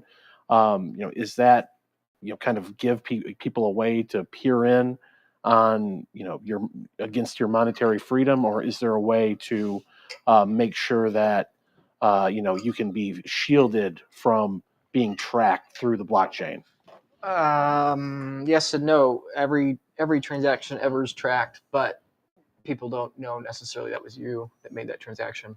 You can't have an accounting system where everything's a trade-off. And if you want to you can't have an audit and everyone be anonymous because you can't validate anything. But the only way you're not anonymous is if somebody knows your passcode, right? Correct. Somebody would need to tie that address to you, which, would be exceedingly difficult. And over time, privacy will get better as more technology is developed. Mhm. So that's something that sometimes rubs people the wrong way, but Bitcoin is way more private than banking. It is way more private than any other transaction out there, maybe besides cash. Cash is more private than Bitcoin, but everything's a trade-off, and that is a trade-off of Bitcoin. It's pseudo private, pseudo anonymous. I'll see that somebody spent $10, but I don't know necessarily that Shane that spent the $10. You'd have to track down their IP address, find their Right. individual. You could do some there's a good bit of work. So Yeah. serious forensic digging into the transactions to figure it out. So we're by saying like is federal investigators or something. nobody at this table, maybe Luke, but definitely a 10-year-old with a smartphone could hack a voting machine, but nobody else could figure it out. Smartmatic. I'm just saying, is that a 10-year-old with a smartphone could figure out who made that transaction, but the rest of us at this You table mean for would. Bitcoin? No, I'm messing. Okay. Yeah, because I hate the things that they make me jump through to log into my own stuff on my own accounts, and I go, "Are you five-figure verification?" I'm like, "Are you submit your iris scan to get Right. in? Oh, it sucks. I'm like, "Are you kidding me?" Like, I was gone too long off that page, and I got to log back in, and now you got to send me another text on my phone to punch in a code. Yes. This is for your verification and protection. I'm like, a 10-year-old could hack my account Correct. in about 2 minutes. But you're right. Everything's safe in the federal databanks. Get up your authenticator, and it's going to give you a code. And you can't type in the code fast enough, and then you're locked out of your authenticator. You got a code to another thing. It's just brutal. Dealing with all of my mom's stuff after she passed. It's like it's been like I changed stuff in the computers and all that stuff, and then they still would send me. They're like, send a code to this phone. And I'm like, luckily I left her phone on until just the other day when we finished out her last account. I'm like, I can't get another text from this phone number. It's done. It's like ridiculous. But that's the thing. You guys ready to take our one and only break, and then we'll come back and we got some more stuff. I'm gonna come back from this, and we're gonna talk about Bitcoin Jesus. Okay. You know what I'm talking about. Okay. Not allowed to come into the country, all that stuff. Larry, do we have anything? Or we're just gonna go to bars. I'm gonna go to the media break. All right, go ahead, buddy.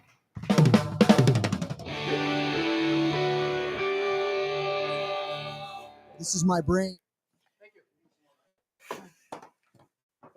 DOGE, the Department of Government Efficiency, is now focusing on FEMA, the Federal Emergency Mismanagement Agency, which you may recall wasted all of their money funding illegal aliens, putting them up in fancy hotels in New York City and Manhattan, across the country. And so they didn't have any money when Hurricane Helene hit the East Coast. FEMA is going to be playing a pivotal role in our shelter and services program that is poised to distribute $363 million to the criminal invader illegal aliens, to cities and communities in need of funding. And then they wondered why this happened.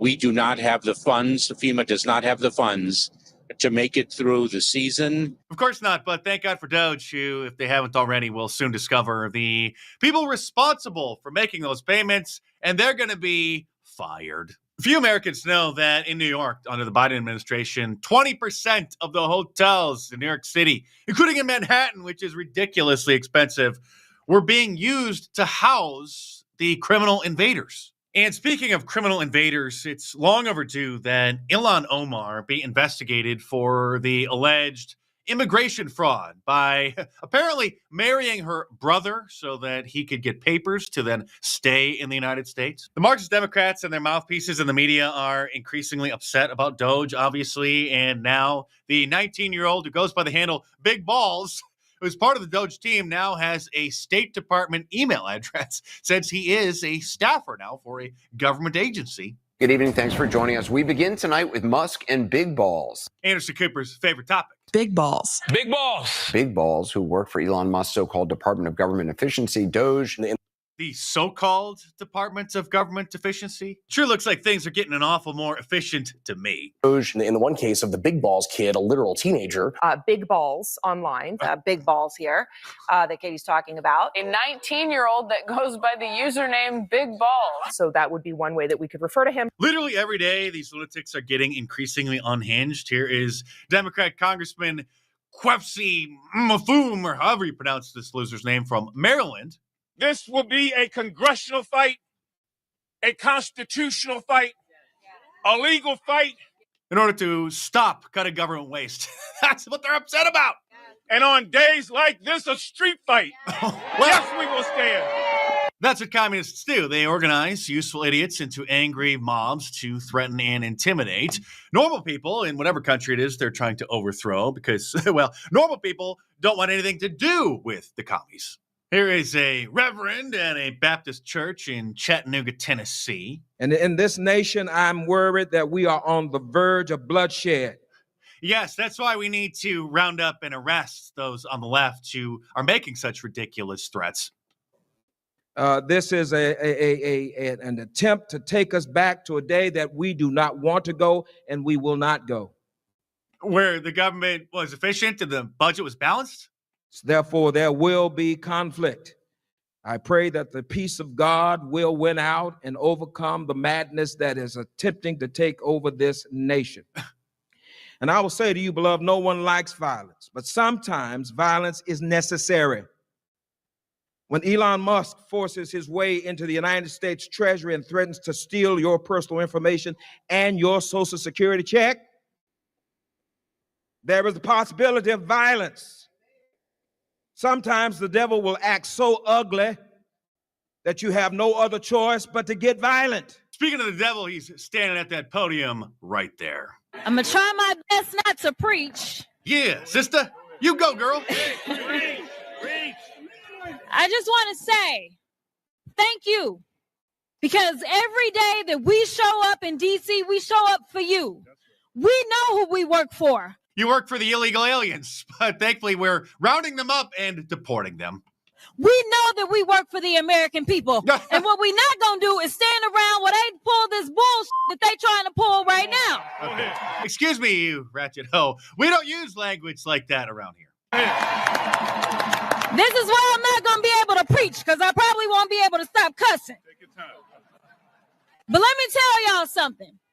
I know some of y'all have been frustrated, and you've been saying, where are the Democrats? Where are our leaders? Your party has been humiliated. You have no leadership. It's in complete disarray. And instead of trying to come to grips with reality and coming back to some normal policies, you decided to double down on wokeness. Here's Mark Cuban, best known for getting extremely lucky during the dot-com boom by having one of the companies he invested in get purchased by Yahoo for billions of dollars, which then realized that it wasn't even profitable and then shut it down, saying, some normal things back in 2017 about cutting government waste and government spending. As a libertarian, I think we can reduce employment in government by at least a third, reduce the overhead and administration by that much or more, so that we can offer more to services for our citizens. And so if when it comes down to it, where I tend to disagree with everybody, and this is the libertarian in me, I'm happy to push down the size of government, and I'm happy to work on making government more efficient, because then more money can pass through and help the people who need it. That was obviously before he came down with Trump derangement syndrome, because now he is one of Elon and Donald Trump's biggest critics and thinks that Doge is ridiculous. Here's Jon Stewart, who occasionally does call out the left for their nonsense, or just general nonpartisan nonsense that every American can agree on, or at least used to agree on before Trump derangement syndrome, talking about the Pentagon just wasting countless billions of our dollars. This is him sitting down with Joe Biden's defense deputy secretary. To be doing, like, there is a lot of waste, fraud, and abuse within a system. Audits and waste, fraud, and abuse are not the same thing. So let's decompose these pieces. Please educate me on sure. what So an audit is exactly. This is in light of the Pentagon failing like their 7th audit in a row. Which you just described, which is, do I know what was delivered to which place? Right. The ability to pass an audit or the fact that the DOD has not passed an audit is not suggestive of waste, fraud, and abuse. That is completely false right there.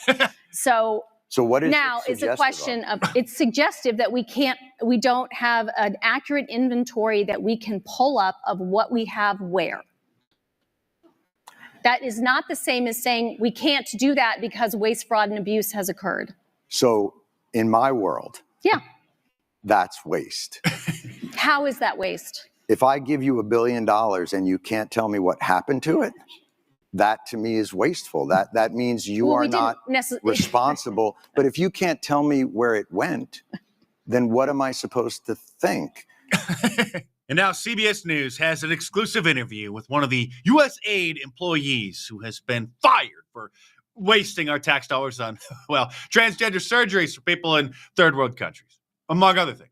Why in our conversation do you think you need to remain anonymous? It has been a very hard week. Personally, professionally, as I said, I live in Washington, D.C. Many of my colleagues work in this field. Starting from January 21st, so the first day of the new administration, they're making it seem like this is some groundbreaking whistleblower. That's why they put him in a silhouette, and they're even disguising their voice because they got their feelings hurt because they were laid off. I mean, what's next? Are they going to claim that the Doge layoffs are disproportionately affecting black people and are racist? Oh, wait, what's this?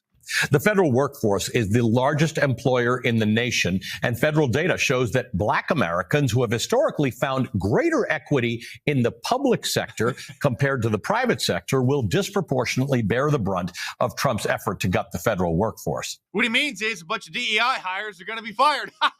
Bye-bye!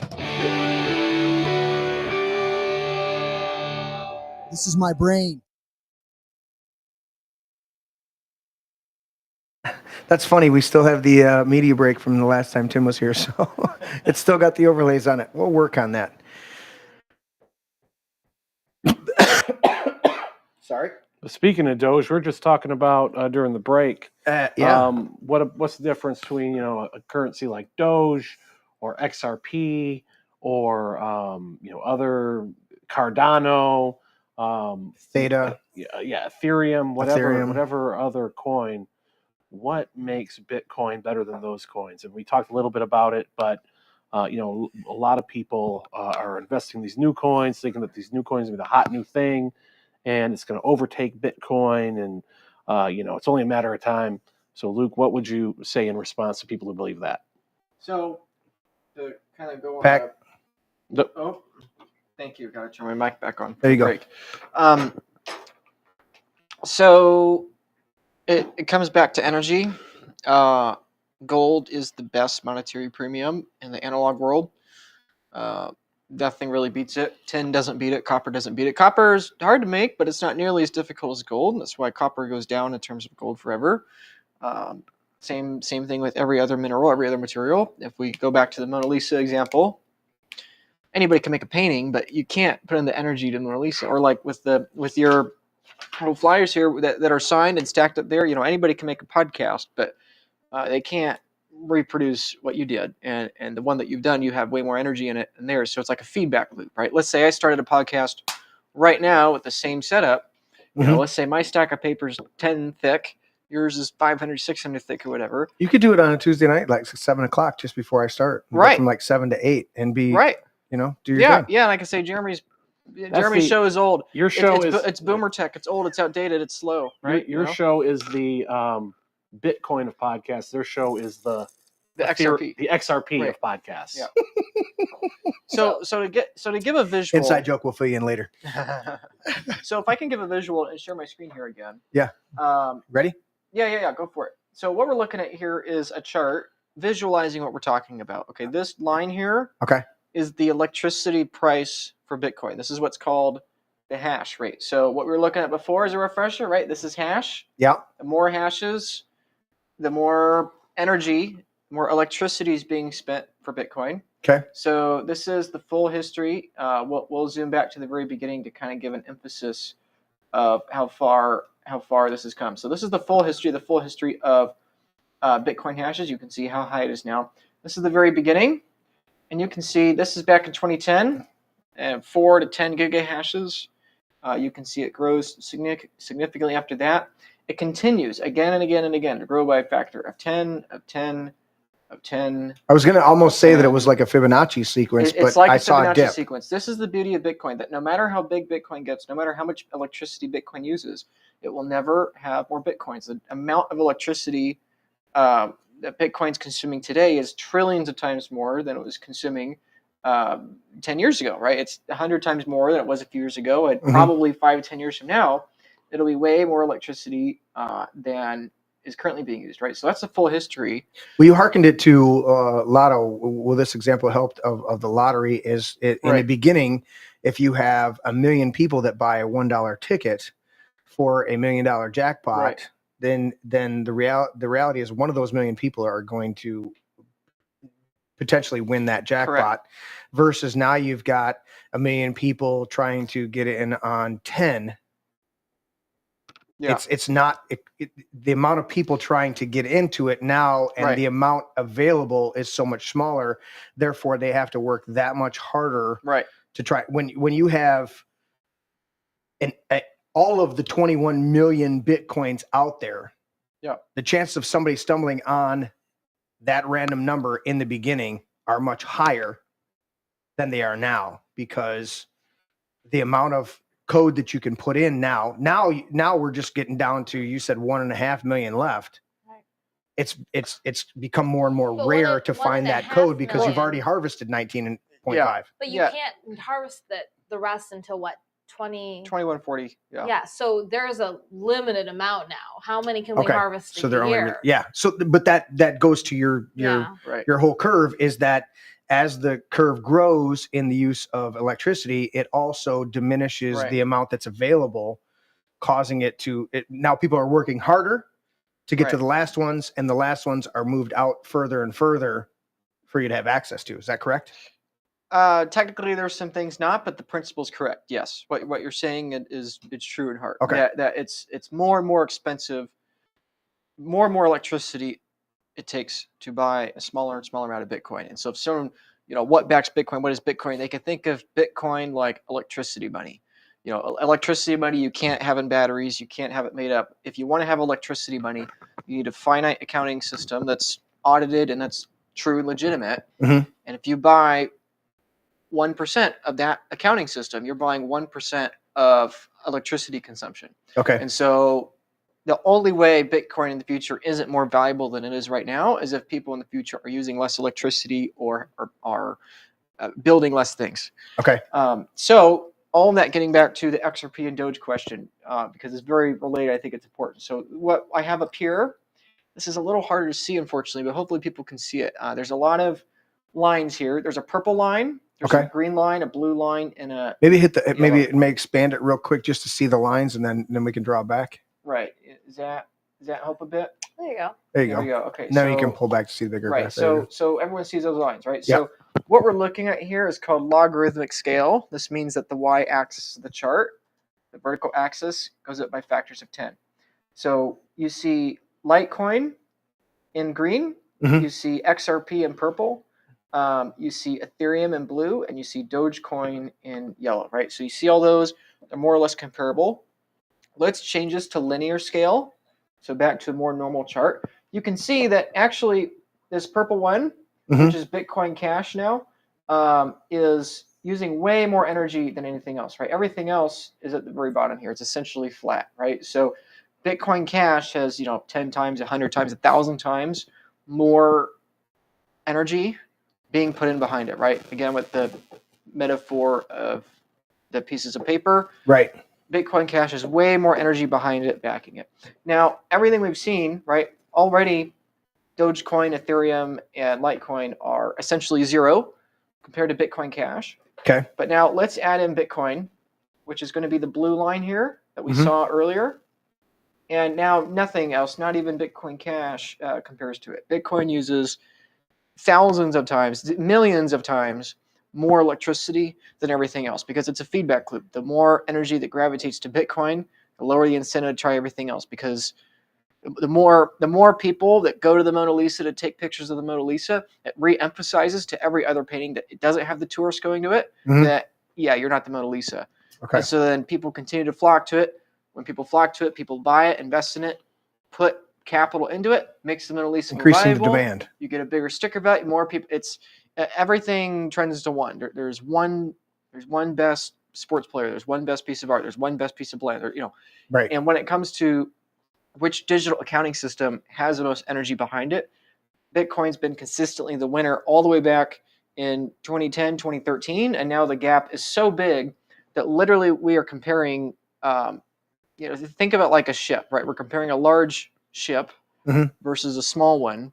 The large one is way less probable to sink. It's like comparing the energy usage of a country to the energy usage of a small town of a few dozen homes. It's not even comparable. Some countries have switched to using the geothermal from their volcanoes for produce Bitcoin. energy to mine Bitcoin. Correct. And that, I think, is where the future is going, is that the future, a very significant percentage of the world's energy will be used to hash Bitcoin, trying to guess for more Bitcoins, because the electricity is going to be wasted anyway. While it's on its way out the door, we might as well have it hash for Bitcoin, because maybe we'll get lucky.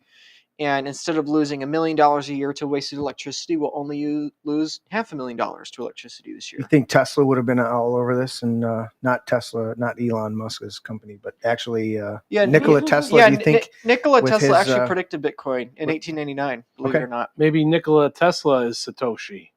Yeah, well, he'd have to have resurrected for that. But, 1948. I don't know if they had. I mean, the best we had was what. Was that computer? What was the guy? Turing? World War II. Turing. Alan Turing. Alan Turing. Yep. Thank you. So explain that. HAL 5000? No, not going to do it, Dave. Explain to me how Tesla predicted that. I'd like to know that's this. a great question. Nikola Tesla is the first person we know of that predicted something like Bitcoin. Obviously, he didn't predict the name of it. Obviously, he didn't predict. Yeah, but he predicted cell phones. He predicted a whole bunch of other wireless technology. Right. But he predicted the idea. The paper is called "The Problem of Increasing Human Energy." I encourage people to check it out. I don't think I can find it here so quick on the screen. Yeah, here we go. This is it. Everyone can check it out. It's a very long paper, but it's what's it called? The problem of increasing human energy. Here we go. Yep. Okay. And not published on April 2022. It was published in 1899. Right. I believe this is where it was published. But anyway, something different than what's Babbitt's law? What's the law of increase every 6 months? The technology doubles. What's that? That's not Babbage. It's the law that everything. Oh, Moore's law. No, not Moore's. No, not Moore's law. Is it Moore's? I always get it confused with the law that everything is going to have bad. If anything bad could happen, Murphy's law. That's Murphy's it might law. be Moore's law. Yes. Yeah. That everything doubles every. It used to be every 18 months. Everything that's would double Moore's law. every 18 months, and now it's increased to where it's even less than that. It's closer to 6 months. Well, is that things are doubling. Yeah. They haven't been released to the public. That's one of the trade-offs. Right. I mean, they had CD-ROMs back in the 50s and didn't release it until the late 80s. Yeah. Well, here's a little side story that relates to your question about Tesla and also goes to your point about Moore's law. It's related, but stick with me for a second. Okay. Is that so? We can ramble. Right. Okay. So in Boston, which I love Boston, been there a couple of times for Bitcoin events, where the Boston Tea Party occurred, like the very harbor where it occurred. Spot. The actual spot. Technically, it's underground now because we built so much land there. But the thing about why I think that spot's important, this gets back to your question about the founding fathers, is that they threw tea into the harbor. So number one, the tea was worth way more back then than it was today, right? Yes. Because we make more tea now, right? Correct. So there's that side point. But they dumped the tea into the harbor because there was a king across the ocean, not accessible other than wooden ships with sail power, right, who they felt was imposing tyranny upon them. And now today, literally catty corner to where the Tea Party occurred is the Federal Reserve Branch of Boston. Mm-hmm. That's, whatever, 15, 20 stories tall. Is that number 4? I'm trying to think what number it is. I Continue. don't remember, 3 or 4. Yeah. But the point of me bringing that up is that this is the fundamental problem that we are facing, and this is why we are here, and this is why Bitcoin is critical for everyone to understand. It's not because the price goes up, it's because of this component. That technology is getting better and better and better at a faster and faster pace because of Moore's Law, and this is what Tesla's paper got into, which I'll get into in a moment. But technology is getting better and better and better, and if you have a future society that's relying on a form of money with the honeypot problem, what you're incentivizing is a forever bigger, forever stronger, forever mightier global tyranny. The founding fathers traded a king 1,000 miles away that took 2 weeks to get to with wooden ships.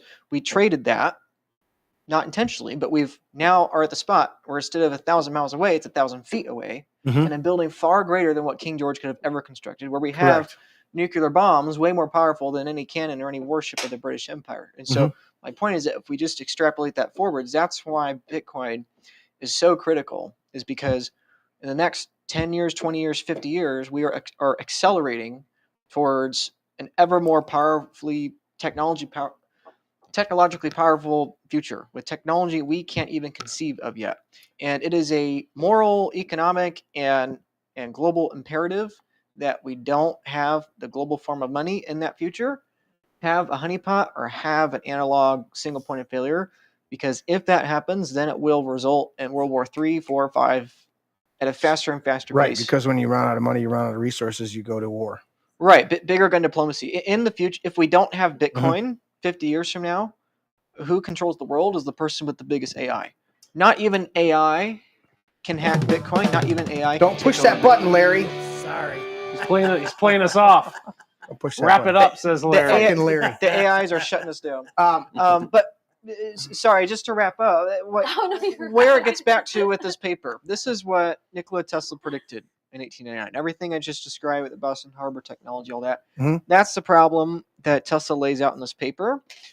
Tesla's paper basically says people are getting closer and closer and closer to harnessing the power of the sun, quote unquote, which is nuclear energy. And Tesla's point in this paper is that humans for all of history fight wars over determining who controls the resources. And we're getting to the point, it was 50 years, or now today, 120 years later.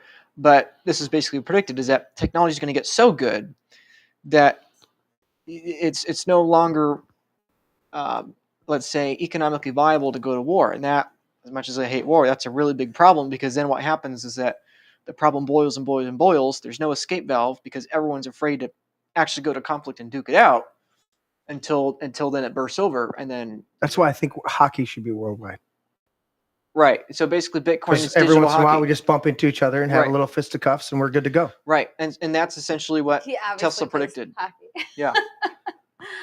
Yeah, that's basically what Tesla predicted, is that basically Bitcoin, using Tesla's words, what he predicted is basically we need a kind of global game that people can spend electricity and duke it out, like you just said, and that is how we need to fight wars, without machines and without human lives. That's what he outlined, and I would argue that's effectively what Bitcoin is. Bitcoin is basically a globally neutral chessboard that's built upon electricity that the nations of the future, with technology way stronger than anything we have today, are going to be able to fight over the territory of the board.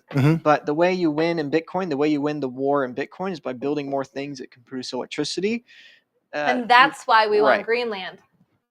Well, I don't know if Trump's that far, but yeah. So as far as I can tell, there are many people that I would argue predicted Bitcoin, but Tesla by at least 30 years, I think, is the person that predicted the problem, and he more or less predicted the solution. That the solution was we need some sort of accounting game that is tied to electricity. But don't you agree that the first country to really fully adopt a Bitcoin currency, or El Salvador? Like El Salvador. Well, yes, obviously that was the first. But don't you think they win the chess, or at least dominate at the current time?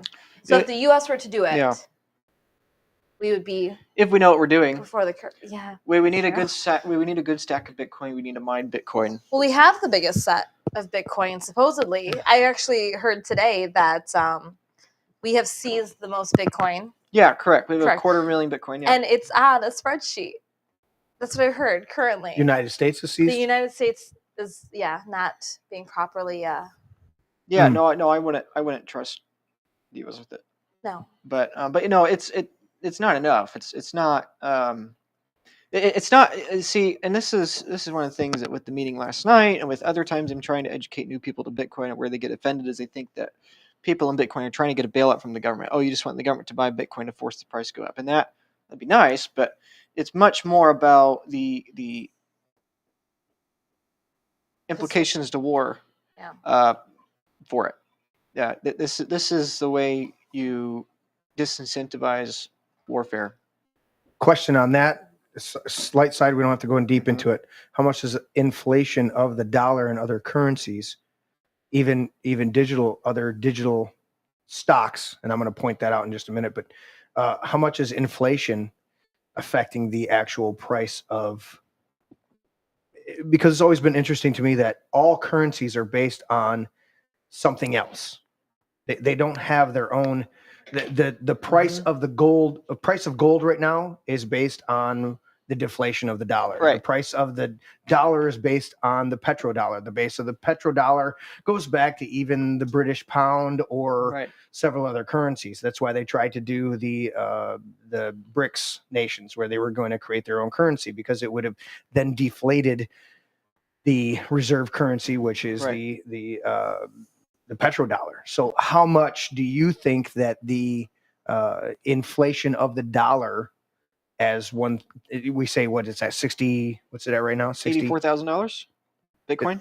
Is that what it's at? 84,000? 84, 83, 80. Oh, I thought you said 60. Well, it's No, 80. 80. No, it's like, it's at 85 right now. 85K. Okay, 85,000. Okay, Still so cheap. 85,000. But how much of that do you see as inflationary? Basically none of it. Okay.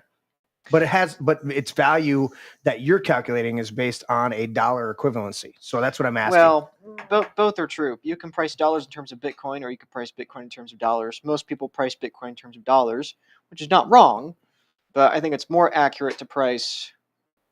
You'd rather say I dollars have instead of Bitcoin. I have X amount percent of Bitcoin. I'd rather say $1 is worth 1,200 sats, and a sat is a subdivision of Bitcoin. Okay. You're not watching the dollar price of Bitcoin rise. You're watching the sat value of a dollar fall. Okay. $1 was worth 1 million sats, then 100,000, then 10,000. Now it's 1,000 more or less. So it'll be 100. Okay.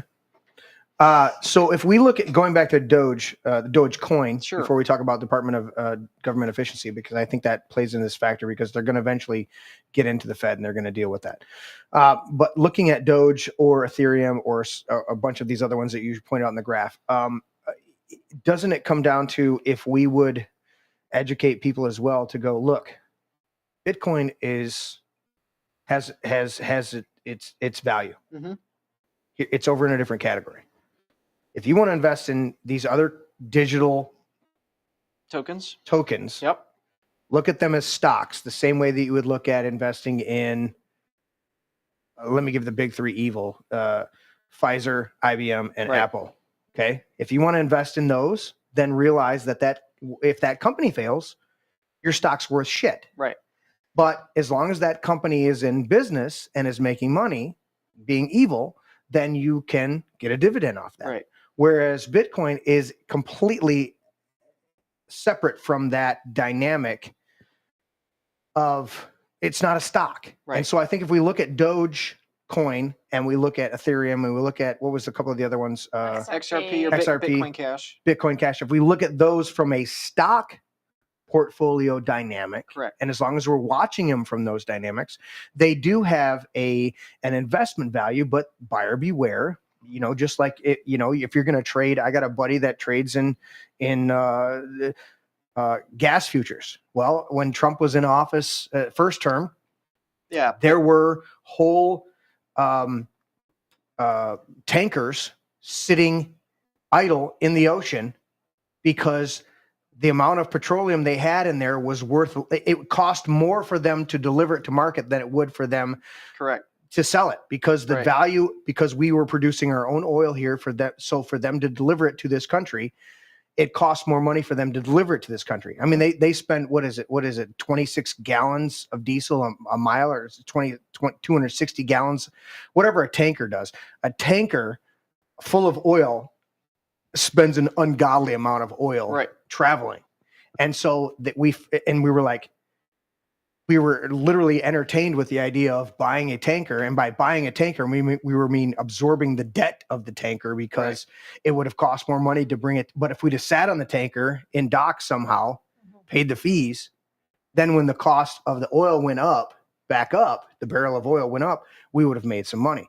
That's a stock. That's a commodities. That's an investment. That's where all of these other digital tokens fall into, whereas Bitcoin it's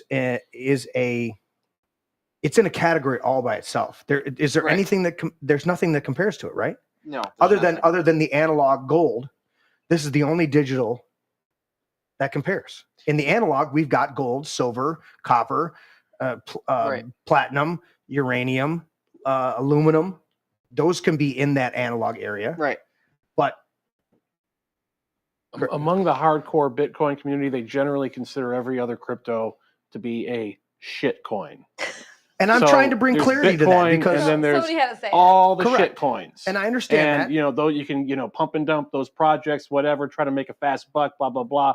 But basically, generally, the view of the hardcore Bitcoiner is that there's digital gold and Bitcoin, and Correct. then all the other coins are just a waste of time. And that's what I'm trying to bring clarity to it. I'm not saying that there are, because I've seen people look at GameStop was never meant to go where it went. And if you've watched the movie or followed it at all, you saw that GameStop were supposed to pump and dump. The guys that came in were supposed to pump and dump that company, and guys got a hold of it and said, no, we're not letting go of our Bitcoin or our GameStop. And they held onto their stocks, and they made the stock go up huge. And some people made money and other people didn't. But either way, it was a commodity at that time, at that moment, a space and time. And I'm looking at some of these as saying they're not in and of themselves completely worthless. I'm not talking about being straight up a penny stock, but I'm saying if we put in the category of the minute we say to somebody, it's shit, and they've got $500 invested in it, then they start to disconnect, or they disconnect from the wisdom that we're trying to bring forth tonight. And they don't see, okay, if I view this as a stock and I'm just looking at my dividend, and I'm not trying to have this be something that carries out for decades, but I'm looking that this could be a momentary thing that I could make some money at, just like a company. Listen, there was a stock for a buggy whip company years ago. They were traded on the stock market. Okay, at a certain point, the whole stock market crashed. That was done on purpose in 1929 and crashed everything. All right, there were thousands of companies that went out of business that were viable, legitimate brick and mortar places that went out of business at that time, that people had invested their money in and lost their ass on. And what I'm trying to bring clarity is to say, look, Bitcoin's the quote unquote the digital gold standard, but these other ones have value. But if you don't put them in a category of understanding what the value is, that it's just a stock and it could go up, it could be gone tomorrow, then you're fooling yourself. Don't say it's useless, but use it appropriately. It's definitely not a competitor to Bitcoin. No, absolutely. That's what I'm trying to bring. That's what I'm trying to bring total clarity. But the And if we say to people that it's just shit, then we're not bringing a clear distinction between what it brings to the table versus we're saying, look, oh, that's just garbage. Bitcoin's the awesomeness. Okay, Bitcoin is the awesomeness. It is the gold standard of the digital thing, but that does have a value if you look at it like a stock investment, and buyer beware that your stock could be gone tomorrow, because it's not Bitcoin, and Bitcoin's going to be here forever. But the whole point is this was litigated. This was actually litigated already, and I'm sure you know this, Luke. And they said that XRP and stuff should be in the same category as Bitcoin. Really? Litigated, yes, at the federal level. So we have They're wrong. I know they're wrong, but it's been litigated. Okay, so that's where we're trying to educate people. So we're trying to educate it, and then I think in I mean, we can get into this later on different episodes because right now it's a beginning thing, but Yeah. we have to actually have an infrastructure in place in the state level to educate the Lansing, to educate the just the masses, but to show what a security versus a commodity is, and Bitcoin being the commodity and every other crypto being a security, and we have to push for that. We just have to. And maybe that's exactly what I'm saying is Yes. because it's been litigated and because they've determined in the court systems, which we know they've been wrong before, Exactly. they're equivalent. And I'm going, they're not equivalent. Bitcoin's the gold standard in the digital realm. As you've said, that gold is the standard in the analog realm. And then the rest of these are a security. And if you view them as a security, which my son, who has some investment in Doge, he's always viewed it as security. He's always looked at Bitcoin in what he's looked at, what he's studied. He's always looked at Bitcoin as being that Bitcoin's, that's how do you personify it? I keep saying it is the monetary singularity. Yes. Okay. There you go. All right. And then Which is a physics reference, but that's what it is. It's the shit. It's the shit. You'll always But then we have look. the people though that want XRP and Doge to go up, and they're going to be like, no, Correct. you have to listen to me because they want to be to be the next Bitcoin. Correct. They missed the buck, and Because they're in the pyramid scheme. That's Right. exactly. And what I'm trying to telling us and about what I'm trying to do in this roundabout explanation is to those that are already in full with Bitcoin is look, when you approach some of these other people and you want them to see the value in the Bitcoin and see that there's a difference, don't do as Shane did. I'm not throwing you under the bus, Shane. But what the fuck? What did I do? You said that right, all those other things are shit. They're all shit. Oh, And I go, he has and I them. go, okay. I have them. I want them to go up. I got some, But I'm saying, unfortunately. if we approach it from a different dynamic of saying they're not shit, but they're not the same. Even though the court. But good luck. Hey, good luck getting a portfolio. good luck getting a hardcore Bitcoiner to go along with that. But no, but Well, we but have I'm just saying is if you sit down and explain to them and go, hey, you know what? That's great. Those are great stocks, and you may get some dividends out of them. It's a great security. But if you want to get into something that is a commodity, right, you better diversify into some Bitcoin. That's some grade A manure you got right there. Does that smells so good. Am I so off base, or is that making No, sense? I agree. I agree with For that. the That's the normal best people, for the average For the normie. person. That's the best way to approach it. I agree. And 100%. Luke will say, and I'll let Luke talk, but he goes, they'll learn. And me, I want to be like, well, I don't want them to be burned, because then I think that people are going to be burned so much by crypto and the stupid pump and dump scams, because I'm in politics, right? That they're going to go to Lansing or they're going to go to Washington and be like, you have to ban Bitcoin because I got screwed on this. But Bitcoin can't be banned at this point. It's too big to fail. Well, yes, and you know that. But I'm just saying that it can be regulated. It can't be banned, but it can be regulated because of the pump and dump schemes. And I'm seeing that, and that's what I'm scared about. And we get that, and I understand that, and I also understand there are people that I'm about to switch because I get 15 calls a day. Right now, they've switched over to the Medicaid, and I simply, when they answer the phone, I go, I'm 52. When they call me about Medicaid. And they usually hang up immediately because they go, are you 52? Hey, how you doing? How you doing? There's openings for Medicaid Part B and Part C for better. I'm 52. Click. And I go, okay, you fuckers. Anyway, so but I get all these calls for corporate financing for my different companies. And they're like, we offer this corporate financing. And I go, and now I'm going to shift. I'm going to shift. This I made a decision this week. I'm going to shift. From now on, I'm going to go, yes.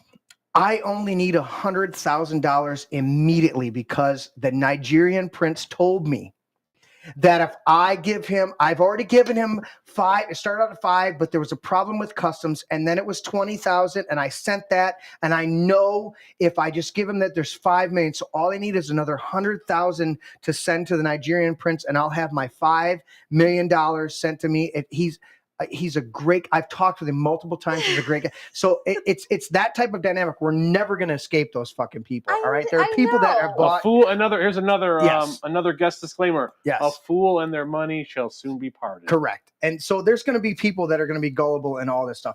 What I'm talking about is the savvy people that walk up to us and they go, oh, I got so much in Ethereum, or I got so much in this, and it's gone up and it's done this, and they're really excited. And I've done this. It's equivalent to church work, church ministry, stuff like that. It's like you don't want to just like go, You don't want to shatter that's their the soul. stupidest shit I've ever heard, and you're a fucking idiot. It's like, and you go, it's like, right now. you know what? That's a great stock dividend. That's a great thing to be invested in. How much do you have in Bitcoin? And they go, well, Nothing. I don't have anything. Well, you know what? You could take, the next time it bumps up real quick, if it does, next time it bumps up real quick, pull some of that over into Bitcoin. Because Bitcoin's the beast over here. It's the quantum shit. I'm taking Monetary the singularity. quantum. Monetary Bitcoin? singularity. Yeah, say it again.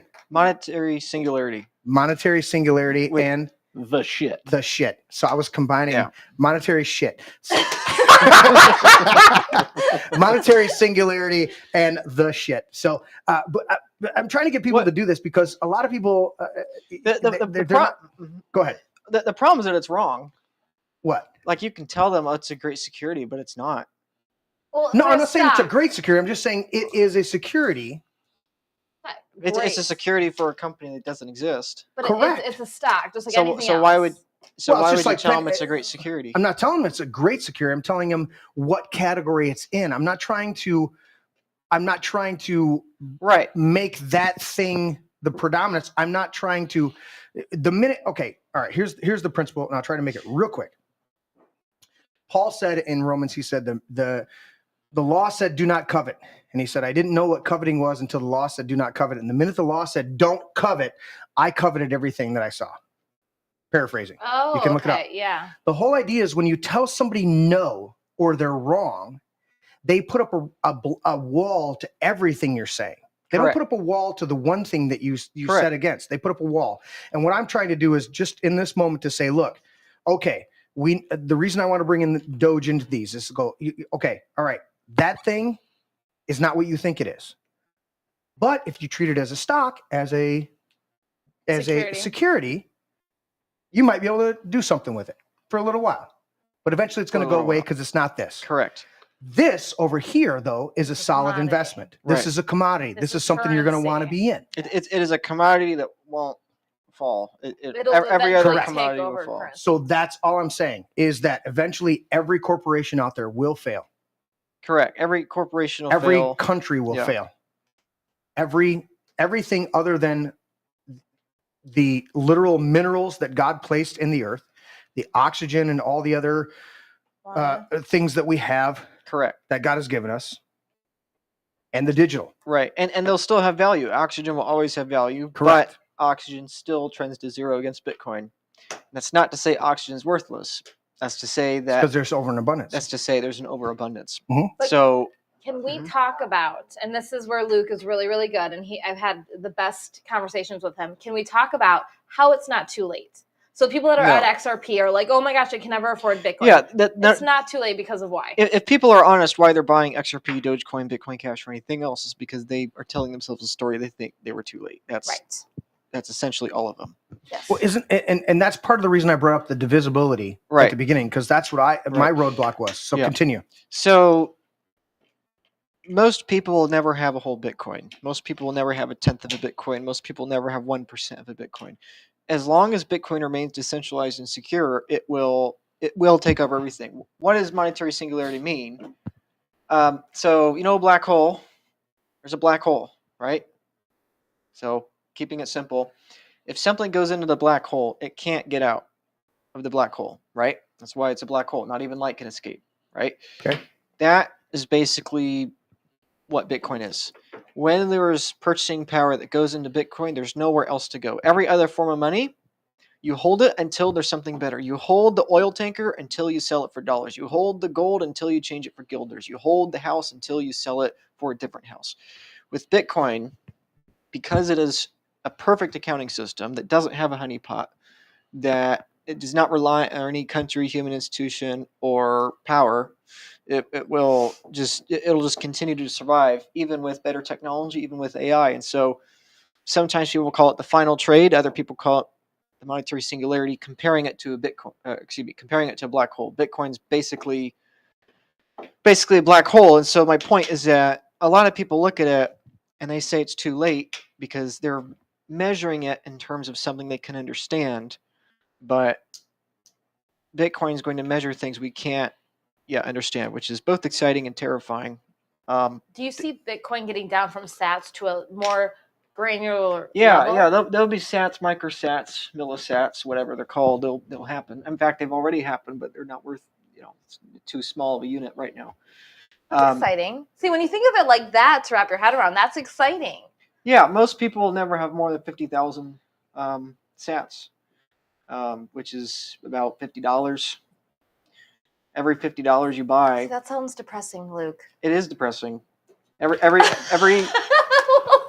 That's why we're pour out some more Deserona. We're screwed. no, it's well. We're gonna go on for another hour, so we upbeat spirits here. Well, it's bittersweet. What we're trending to is everyone is basically going to be working with oxygen, right? Like imagine going door to door as an oxygen salesman.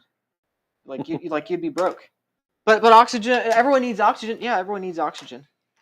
But it's worthless. What was that? Unless you made you're me sick think. and What on was oxygen? and Then so- you can and so oxygen knows. what's- There's Larry. Larry had to chime in there. he was muted earlier. He said something. And I I didn't said even the bother. same thing, and I forgot to turn my mic. Yeah, good job. Ray. We brought up oxygen again. My point is that why it's depressing is that, and it's not really it's bittersweet. Everything's a trade off, but what we're heading to is that technology is going to get so good at making things cheaper and cheaper and cheaper for as many people as possible. It's going to get really hard. Oh, that's positive. No, it's very positive. It's gonna be very difficult though for people that don't make that transition. It's gonna be very, very stressful, very difficult, and very hostile. But we had a great panel yesterday. We had a great presentation last night, but both in person and especially later via text, there were some people that were very hostile because people look at Bitcoin and they think Bitcoin is going to destroy Social Security or you're taking advantage of me or whatever, right? Those that don't understand Bitcoin, they hate it. They hate it. And you can be as nice as you possibly can be. I was as nice as I was last night, but people will. When we left, was that the lady talking to you about it?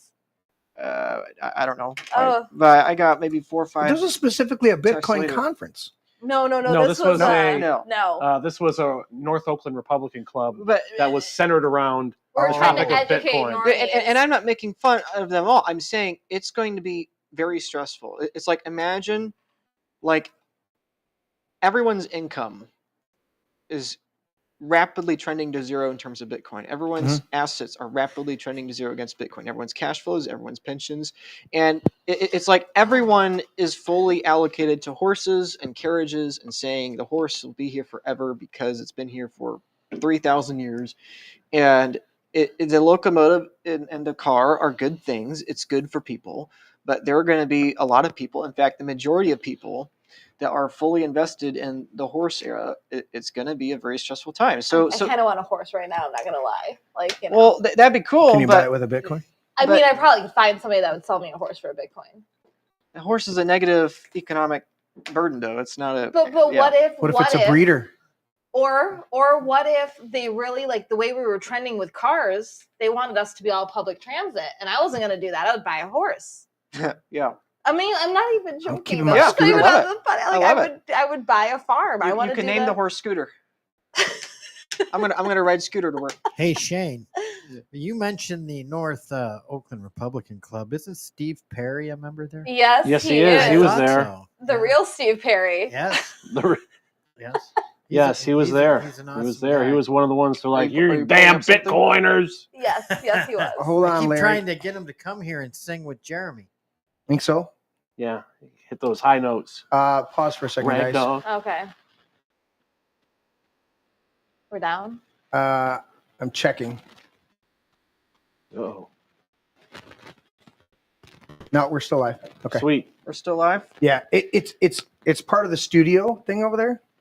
Where Okay. it'll quit, Yeah. but the stream's still going. Tech is good. So all I have to say. That's weird. It is weird. all I have to say is that it is not too late to Bitcoin, and that has to be emphasized. And is we're that- all screwed though if we don't. Look, there's my hand. See my hand? I just did the thing where I just did the thing. I'm like, no, I gotta make sure. Yeah. Now wait for it. Let's not do that. Wait for it. So one topic I want to broach before we go into Lake Satoshi and what that's all about. is the blockchain. And we talk about Bitcoin. You own Bitcoin, and it's digital gold. It's a form of currency, but you can also build platforms on the Bitcoin blockchain. We went to a Noster event where it was like a Noster boot camp, where we learned about this technology called Noster. And I don't know what it really stands for. You probably do.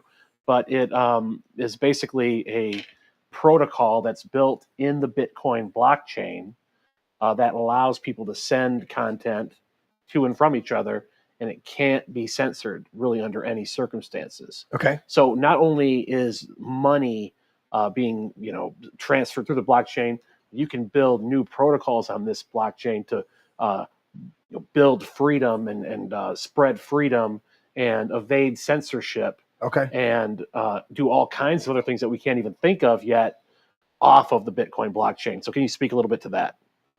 Yeah, Bitcoin's coming for everything. That's great. It's a monster that's consuming every aspect of our society. Because initially when he said no stir, I was thinking of those shitty paper straws just dissolving, and there was no way to stir anymore because your straw's screwed. No Yeah, straw. I like the paper straws that they put in plastic wrappers because they're saving the world. Right? Continue. No, No, that was it. well, He's like, dude, they're yeah. coming for everything. There's summation. Now we've that's- talked so much, just buy it or we're screwed. I was going to say that for a minute. No, it's like people. I mean, I'm not saying people that don't buy Bitcoin are screwed. That's not what I'm saying. It's a trade-off. They will have squandered the best opportunity for their kids possible, and even though they will be poorer in the future, they'll still be better off.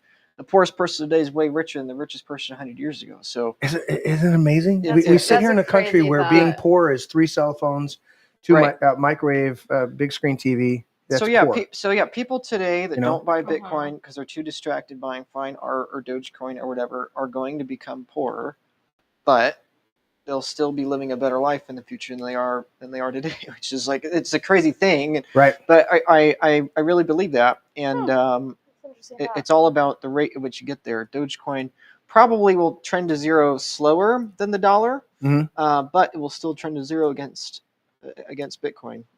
It won't be able to keep up.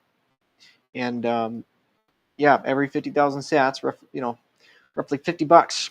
The Bitcoin elite will be looking down on these people from Elysium as they toil. No, I don't want to give that image I don't though. believe in it. I do because it's not about us being right and us being the new elite. I'm just kidding. No, I know you're kidding, but a lot of people view it that way. A lot of people last night viewed it that way. That the Bitcoin people will just be the new government, the new corruption. I want to and that's not the case at all. And say that the Bitcoin people, because we've worked in politics for a very long time, right? And like the Bitcoin people are the coolest people in the world. They are the most welcoming, are they the friendly. Hey. They seriously are. Like Satoshi Mike, super amazing. They are the best people. And I think that's because in deep down, we want everybody to thrive on this decentralized, stop screwing with our lives, central system. And that's why you mentioned kids.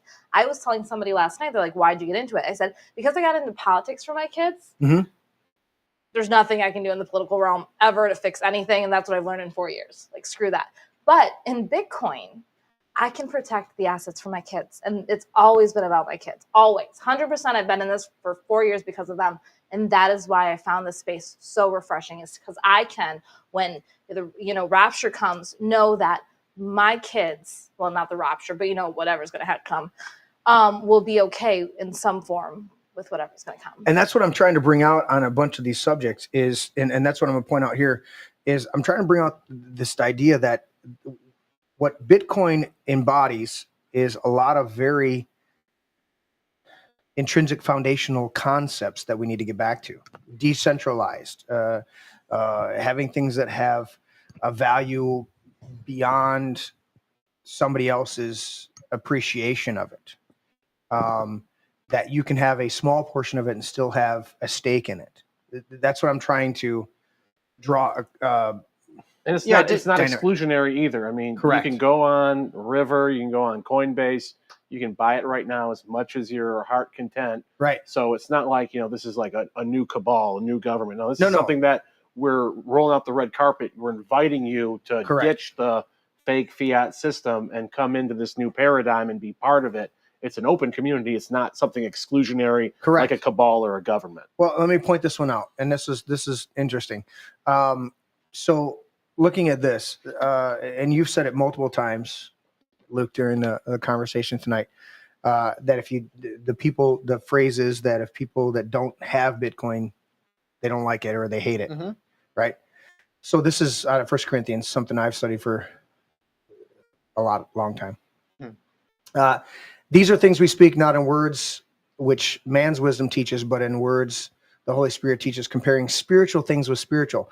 But the natural man does not receive the things of the Spirit of God, for they are foolishness to him, because he cannot know them, because they are spiritually discerned. But he who is spiritual judges all things, yet he himself is rightly judged by no one. So the whole reason I bring that in is until you get into something, the principle in that scripture, the literal of that scripture is, if you don't have the Spirit, you're not going to understand the things of the Spirit. So when somebody tries to explain something of the Spirit, you're not going to get it. The principle behind that is, if you haven't gotten into it, if you haven't investigated, and it goes back to another concept, which I won't get into, or pull up a scripture for, or pull up a quote for, but it's literally this dynamic of he who, so I didn't type it in. He who rejects without investigation is, I gotta type it in because I gotta have the right quote. Okay. But he who rejects something out of hand without investigation is the most ignorant among people. It's basically Correct. along the line. And so the idea is, if you don't investigate something and you just reject it out of hand, then of course you're not going to get it. You're gonna have a hatred of it, a fundamental disagreement with it, a fundamental misunderstanding. And what I'm hearing tonight, and what I've studied on my own on myself, and listen to a lot of podcasts, is that there are so many principles that are not from Bitcoin, but incorporated by Bitcoin because they're from our creator. Agreed. Decentralization and these different, how you value things, how you look at things, how you come at, just thinking about the process of finding that unique signature. And there have never been another me. There's never been another me that's done another podcast that exactly this. Right. There's never been, they think we look at fingerprints. When you find out that your whole every dynamic of your entire body can be found to have its own unique signature and identify you. And they're finding all these different ways. We're not even talking retina scans and fingerprints. We're talking about all these other things. And what Bitcoin has tapped into is that dynamic. Right. One of the aspects is tapping into that dynamic of that extreme uniqueness of what God's creation. And I'm watching you show the graphs and looking at, I just kept saying it or seeing it, and then every once in a while saying it, the Fibonacci sequence, and how you pick up a conch shell and it's got this dynamic that can be duplicated, but it is individual and never replicated. So somebody can mine Bitcoin, but they're not going to create another Bitcoin. So there's all these dynamics, and I want to bring people to an understanding to relax them and go, look, you may have some money in some Doge or some Ethereum or something like that. That's great. That's a great stock. No, it's not. That's what I'm saying. That's lying. That's not great. Okay, let me say it this. is a stock. It's not a great stock. Okay. I'm Yeah. saying it in a Trumpian way of good for you. Yeah, that's cute. Non-hostile. Non-hostile. Good Right. for you. It's you've not- got some stock in Apple. Hey, they've only got 300 million people over in China Right, making sweats- phones for you in sweatshops. a slave labor camp.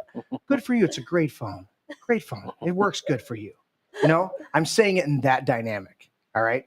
What I'm saying is, I'm not trying to discount the person, where I'm trying to empower the process of thought to move them over to. I fully agree with that. Like, it's fine to say this is a stock. It's not a great stock, and I'm just not like that. I don't want to say that. No, I'm not saying that. I'm saying you look at it from this perspective. It's more respectful to say the thing that is true. Come from this standpoint. Let's try to find a middle ground. When Luke gets zapped 2 or 3 times and gets pissed off, and instead of trying to then zap the drone with his helmet off. Obi-Wan just skips ahead and he goes, why don't you do it with the blast shield on and go ahead and try it that way? And he goes, I just got zapped twice without the blast shield. And now you want me to put the blast shield on and try to block it? And he goes, reach out with your feelings. Just feel it. And he goes, okay. And he puts the blast shield on and the orb comes in and he goes, and he gets it. And he goes, good, you've taken your first step. That's all I'm trying to say. I know somebody that's in what Doge you're and saying. somebody's that you go, good job, you've taken your first step. That's why Luke Why will don't be you like, take a look at this over here? Luke will be like, and you'll Luke's get, like, you'll get you're burned. an idiot. You'll No, he I doesn't. didn't say that. No, he just I said did not say that. they'll learn their lesson. They'll learn their lesson. Well, and that's what I'm trying to bring is common ground between us. I get it. You're hardcore, and I'm with you. I'm hardcore my belief, but I'm very friendly and respectful in conversation. Okay, so that's all I'm saying. Right. Is as I go, hey, good, great, you've invested in some stock dividends, but you realize that's a stock, right? That's not really an actual thing. Right. They When really you think affirm it will them, be. then you endear them to understand the next truth that you're going to explain. If someone said they had Doge, I would say it's great that you're trying to learn about money. And it's great that you're trying to do it. Okay. And actually, Dogecoin is not the worst altcoin out there because there's actually proof of work with that, and there's kind of the idea of scarcity, even though there's the issuance forever. Okay. But if I rewound the tape, your initial response was, "Well, it's wrong."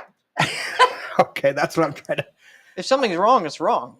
You know. Okay, but yes. But just because something's wrong doesn't mean that you should cancel the person and cancel the That's all I'm trying to say. That's all I'm trying to say. No, we're good. We're good. What about Bitcoin Jesus, Roger Ver? Well, Roger Ver is wrong.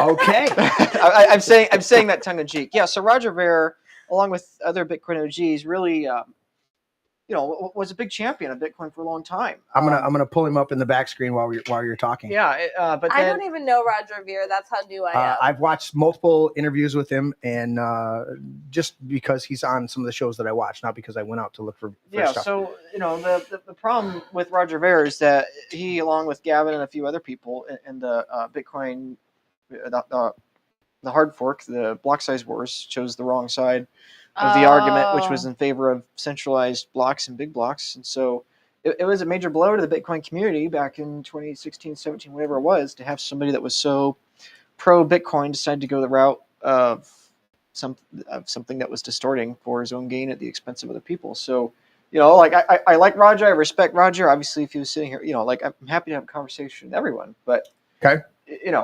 So you think hijacking Bitcoin was he did hijack it for his own personal? I don't know. I don't know what his intent is. You don't know me that well, but I don't like to assume intent. Unfortunately, a lot of people do that. So I don't know if he chose that side because he was trying to be malicious and profit for himself at the expense of others, or maybe he was just misinformed, or maybe it's just a wrong choice. I don't know. Okay. I believe the statement is wrong, and the free market has clearly voted that Bitcoin Cash was wrong. So he was wrong. The free market said he was wrong. Okay. And I think in principle he was wrong, but one can only speculate. Was it out of knowing? Was it out of malice? Was it out of I don't know. I don't care to speculate because I don't know Roger. I don't know his heart. I'm not going to criticize his character. No, I wanted to know that because but he's pretty much everyone says things or believes things that are wrong, right? Pretty much everyone, right? I've been in and out of church ministry for 35 years. Right. I disagree with everybody. Right. Including myself. Including myself, right? I'm a ago. Christian. I disagree with myself more than anyone else. Exactly. Right? I'm like, I'm not afraid to tell myself I'm wrong. I listen to teachings that I did 10 years ago, and I go, oh man, I need to redo this. Right. Good God. Yeah, those pro Judas ones. What the heck are those? You like those? They're interesting. They're fascinating. Did you like those? They're fascinating. You really did though. Yeah, he's talked about it several times. We'll talk. Let's not divert into that. We'll talk about that after. But. Okay. When the Gospel of Judas came out, I went into some deep meditation and some other stuff. Mm-hmm. Nobody in the Gospels knew that Judas was the guy who would betray him. Go back and read all 4 Gospels. I'm sure Nobody knew. Judas was a good disciple at some point. He was out there casting out devils, raising the dead, healing the sick, preaching the gospel, doing all of the same things that all the other disciples were doing, not just the 12, the 72 that he sent out, and nobody knew it. What? Nobody knew he was the guy to betray him. They went around the whole table, and everybody at the table went, surely not I, Lord. Not me. And And finally he goes, Not in the pictures you see at the "It's you, DIA, Judas?" though. You see the Judas, bad Judas at the DIA. Of course. Sorry, It's we coming. got. Anyways, Now, as a side note, before we move on, Roger is currently being arguably targeted by the state. Some people would make the argument that Roger evaded taxes. Other people would make the argument that he didn't, and that he was already leaving as a citizen of the U.S. Maybe one of those is true. Maybe both of those are true.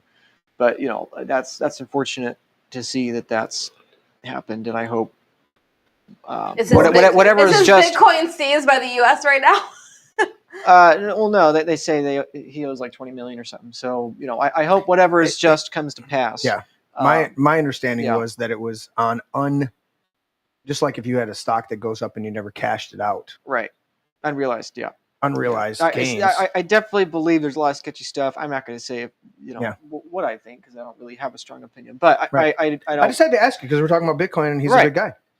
Right. Yeah. He was a very, very popular guy. Max Kaiser was too in the early days. Trace Mayer, both Max and Trace did have altcoins, and that was wrong. But Max, especially Max, they figured it out, and we have to have grace. He's best buddies with Bukele now. I can never fuck it. Bukele. Yeah, Bukele. I can't. So let's talk about Lake Satoshi. Let's do that. Yeah, sure. So I put it up on your computer. I got you, buddy. I got you. Lake Satoshi. Lake Satoshi. So we're gonna go to that one first. Yeah. So Lake Satoshi is an area that was made by a Bitcoiner, private lake, in Langsburg, Michigan, just north of Lansing. So just north of Lansing. Every year they have a giant Bitcoin meetup. That's where I got connected with a lot of good people from El Salvador. When you literally sent this to me, I thought it was El Salvador. And then I clicked on it. It's a sister. I clicked on it and I was like, wait, this is right over. It's the sister of Bitcoin Beach. It's right up the road. All right. And every year they bring in people from El Salvador. They bring in experts from the Bitcoin community, people from all throughout the world. I'm going to try to bring some people from Honduras up this year. I want you comp me in as the podcaster of the year. Well, I think you show up for free. You can get a table there. Potentially. Yes. You're my bring some booze. You and Amber. Absolutely. Well, now Luke's my buddy. We'll bring it. But it's such a cool event, and then they do. We'll broadcast from there. We'll do a whole. That wouldn't be a bad idea. A remote broadcast, even though my studio's awesome. But so they do Bitcoin meetups also throughout the state. So they got a Bitcoin meetup in Detroit. Okay. They got a Bitcoin meetup in Grand Rapids. They got other little Bitcoin meetups. So different people coming together, spreading different ideas, talking about Bitcoin. Okay. And now we're involved in that and trying to expand that out into practical education to different organizations, starting with politics, but then going into nonprofits, Chambers of Commerce. Yeah, Chamber of Commerce, trade groups, trade organizations. Every group needs to learn about Bitcoin, and we're going to meet them where they're at. Because you can put pension funds, you can put other stuff in this. Exactly, in the reserve, and that's what you have. Because they all have like a reserve, and like we were talking about, the river is kind of like a bank account you can have online that gets interest in Bitcoin, 3.8, which is better than you can get in most, 100%. savings accounts. Right. So I mean, it's a very fun time. It's a new time. How much of the industry is built around these things? Somebody's making a T-shirt, somebody's making a button or a patch or something like that. These events, so they're renting out places to have it come. There's a lot of money to be made. But not looking at it from that time. We're talking to one guy. He's a pharmacist. He's going to start taking payments through auto insurance in Bitcoin and cash. So you meet all these entrepreneurs who are thinking, how can we detach ourselves from the phony baloney system? Not just the phony baloney financial system, but the pharmaceutical system, the insurance system. Always these extra. It always marvels me. There's really good people that dive into this stuff, but then the guy who's over there saying that Walmart's the most evil corporation in the world to ever be devised, and selling that T-shirt is completely dependent upon the evil corporation he's denouncing at that moment to sell the T-shirt. This is an awesome thing, and I always pay attention to the extra the outlying industries that are created around good things and bad things. So this is a great thing. Somebody's selling something here. Somebody's renting something here. They're Somebody's not, doing. though. This is all include. This is just This is what I'm talking Yeah, about. but no, about they, the you know, they, but no, industry. there are Bitcoiners who sell coffee and other things Oh, there, you know, that sort of thing. So But like I mean, but a this is community, not. a community around and it's a Bitcoin. community building a 100%. community. Yes. Yeah. But we don't have like a t-shirt guy collecting fiat No, because he wants Correct. to like. No, I'm get talking rich about. I'm talking about on the a concept. fundraiser is going to pay for a facility. A fundraiser is going to pay for some audio video guys. Hopefully, a fundraiser is going to pay for catering. Somebody's going to pay. You know what I'm saying? It's like there's going to be some extremities that are enriched or at least honored for their participation in this. And I'm looking at those dynamics and I'm going, this isn't just straight up an investment in Bitcoin. That's the core. But then there's all these other tentacles, good tentacles, that start to come out of these good things that we need to also pay attention to. There's somebody out there that makes Bitcoin t-shirts, and I see somebody wearing a Bitcoin t-shirt and I go, okay, well, you bought that BTC t-shirt. Inc. Huh? BGC Inc. That's a Bitcoin t-shirt. Is it a love piece? it. So There we go. so there's all these other, industries that come out of these good things, and that's all I'm pointing out is Lake Satoshi is August 2nd at the Lake Satoshi compound in Okay. Langsburg, Michigan. Everyone is invited. It's You free. bring your camper, Every you year bring it a gets bigger and tent. bigger. Yeah, you can I can bring camp my out motorhome. there. Yeah. You can I bring saw the big people tent. jet skiing. Yes. Larry gets his own tent because he farts. It'll be a small tent so he can explode himself. So it's super Very cool. family friendly event. Yep. Except for Larry. It's a good Except for thing I Larry's quit tent. smoking. Yes. Except for Larry. What? It's a good thing you quit smoking. You'll have a campfire close enough to where that tent, you'll go to zip. Never mind. We all got the point there. And also, other thing bring up is Bitcoin101.io. Yes, and I will do that. And that's one. also from the people who brought you Lake Satoshi. This is the brick and mortar entrance to a digital financial future. So this is the Sound Money Museum. It's in Ovid, Michigan, also kind of generally in the area about half hour north of Lansing. Yeah. So they've bought an old bank this was around since like the maybe late 1800s, early 1900s. So the brick and mortar entrance to a digital financial future. Yep. So they take you around the bank, show you the history of money. Okay. Should I just keep scrolling down? They have miners there. They have a lot of different interesting things to see there, and then they'll give people a very in-depth education into Bitcoin. So it's a very cool educational program. Is that the door into the original old vault? Yep, that's the old vault. So they got an old vault that they show you, all the different. They have all the lock boxes in there still. All the lock It's boxes so cool. and how it works. Bitcoin101.io. Yes, Bitcoin101.io, and we're helping organize different political leaders and lawmakers to go and learn about Bitcoin, so that they make wise decisions, so that they're not pushing legislation to create, let's just say, a Michigan-backed shitcoin. That's actually what they're doing right now. So that's not good. We're really doing that right But now. it's not even a security. It's just a shit coin. No. Well, okay. Well, we won't get into it. We won't get into it. There's a lot there. We won't get into it, but it's not good. We don't even so wanna we talk want about to make sure that It's the okay law. to say it's a counterfeit piece of garbage. But it's not though. It's okay. So it's a mish coin. That's what they're gonna call it. It's a digital coin Yeah, backed off gold and silver, which totally misses the point of it's just not it's even. tied to gold and silver, but then it says in the bill that they can create as much of it as they want. And we don't know where the So it's gold and ridiculous. silver comes from. It's, I have it's no absurd. idea. So It's ridiculous. but we think the people making it are trying to do the right thing. So we need these people That's- to go to Bitcoin 101 and the Sound Money Museum to learn what Bitcoin is and inform them as they're creating policy. Don't create these stupid policies that are going to drive investment out and trap people in a bad, monetary instrument, or could actually be the Michigan central bank digital currency mark of the beast. Worst case scenario. So none of that. Just make the laws so that Bitcoiners, can operate. You can operate a mining system. Have a you can operate wallet. have cold storage. There's a lot of different things that you can do just to open it up to allow Bitcoiners to be free and innovate. That's what we need. Not a new coin, a new state coin, a new regulatory structure. We just need to allow people to be free and then protect people from scams. That's all we need. That's all we need. That's all we need. What's the next one here? You got 4 of them you sent me. Oh, this is I think a couple. I think Master. we talked about looked these at a already. couple You already of them. good? Yeah, we're good. All right. How about this one? That's Luke. This is That's Luke. This So is a pull good that wrap up. Pull This up. is that up. Luke's Yes. very own site. All right. So Luke, We're go gonna go to for this one. This is you. This is your website. This is you, buddy. That's where I work, yeah. So what we do at Bitcoin Advisor, like I said earlier, we help people. He's still recovering from YouTube, just talking about the Michigan coin. He's still over there trying to. It's ridiculous. It's probably the stupidest thing that could be. Most of my I just- days hearing stupid ideas. I'm like, I'm glad he drank water. He did eat a lot of ribs, but I'm glad he drank water. The trash can's over there if you need to throw up. But no, I'm messing with you. Luke. Go ahead, buddy. This is you. Yeah. Right here. So for people that are looking to buy Bitcoin or hold Bitcoin or secure Bitcoin for a long period of time, we help people secure it for the long term. So people have three options. Option number one is they figure things out on their own.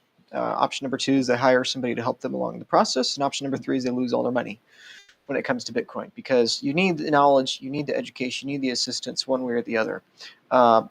Most people, unfortunately, and that's true with anything, right? Like if you're going to drive a car, either you need to put in 1,000 hours, learn how to drive it yourself, or 100 or whatever, or you hire a driving instructor to help you, or you're going to lose it. I like the guys who buy a $2 million Bugatti, right, and wreck it the first drive. The first hour. the first. Those are guys I go, you're a fucking idiot. Yeah, it's very often with Bitcoin. I see that most most people don't. Most people in the world don't have the ability to save money, right? And this gets back to why it's not too late for Bitcoin. 5.36 billion adults in the world. 80% of them make $30 a day. Most people don't have the money to save. Most of the people that do have the money to save aren't saving that much, or they're probably just saving in cash or local currency, right? So the majority aren't saving. The majority of the people that are saving in fiat. The majority of people that aren't saving in fiat typically are saving in stocks, like the stock market. Mm-hmm. So the minority are interested in crypto. The minority of people are interested in crypto are interested in Bitcoin only, because most people get distracted by shiny object syndrome. They're Mhm. ignoring the Mona Lisa because, this painting is newer and brighter. But it's not the Mona Lisa, right? Right. And most people in Bitcoin, focused on Bitcoin, that have the capital to save, don't have enough conviction to go heavier into Bitcoin, right? Maybe they take a 10% allocation. They could take a 50% allocation, but they only take a 10% because they don't have the confidence or the knowledge to know how to do that.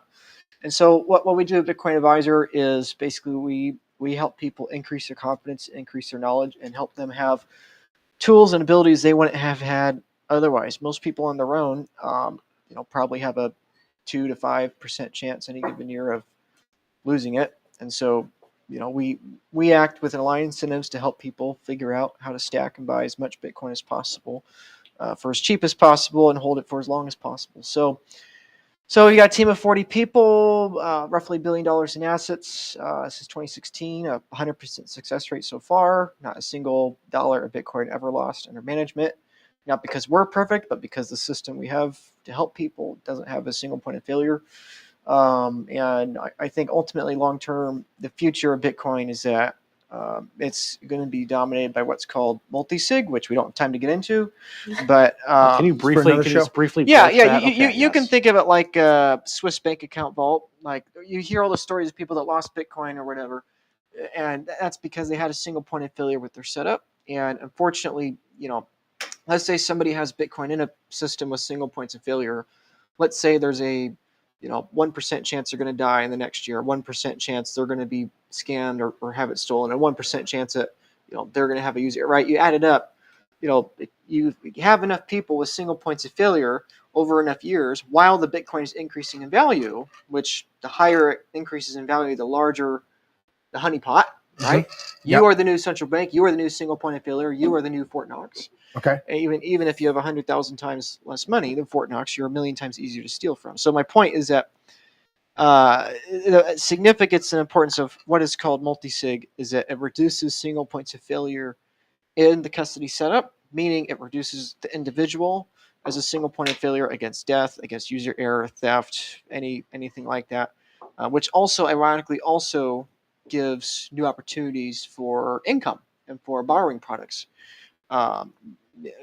When people want to borrow fiat against their Bitcoin, when they want to have insurance policies with their Bitcoin, when they want to have escrow compatible vaults transactions, if they want to buy, sell real estate, whatever, all those cases, they need this multi-sig setup. But the long rambling point is what we do is we help people buy, secure, and store a significant amount of Bitcoin. Doesn't matter if it's half of a coin or if it's 500 coins. We're happy to help people And store it all. inheritance. Do you say inheritance when like people die? They just Right, don't know where to inheritance. go. Inheritance. Yeah, Yeah. people typically come to us when the Bitcoin's grown to a point it's becoming stressful. It's like, hey, I got 50 grand, 500 grand, 5 million, 50 million in Bitcoin. I'm terrified if I die, like either my kid's going to lose it or even worse, somebody's going to hurt my kid and try to take the Bitcoin, right? And so we come in to help them make sure they have the Bitcoin in the proper legal setups, tax advantage setups, as well as the proper custody setups so that the probability of something bad happening to them is as low as possible. So,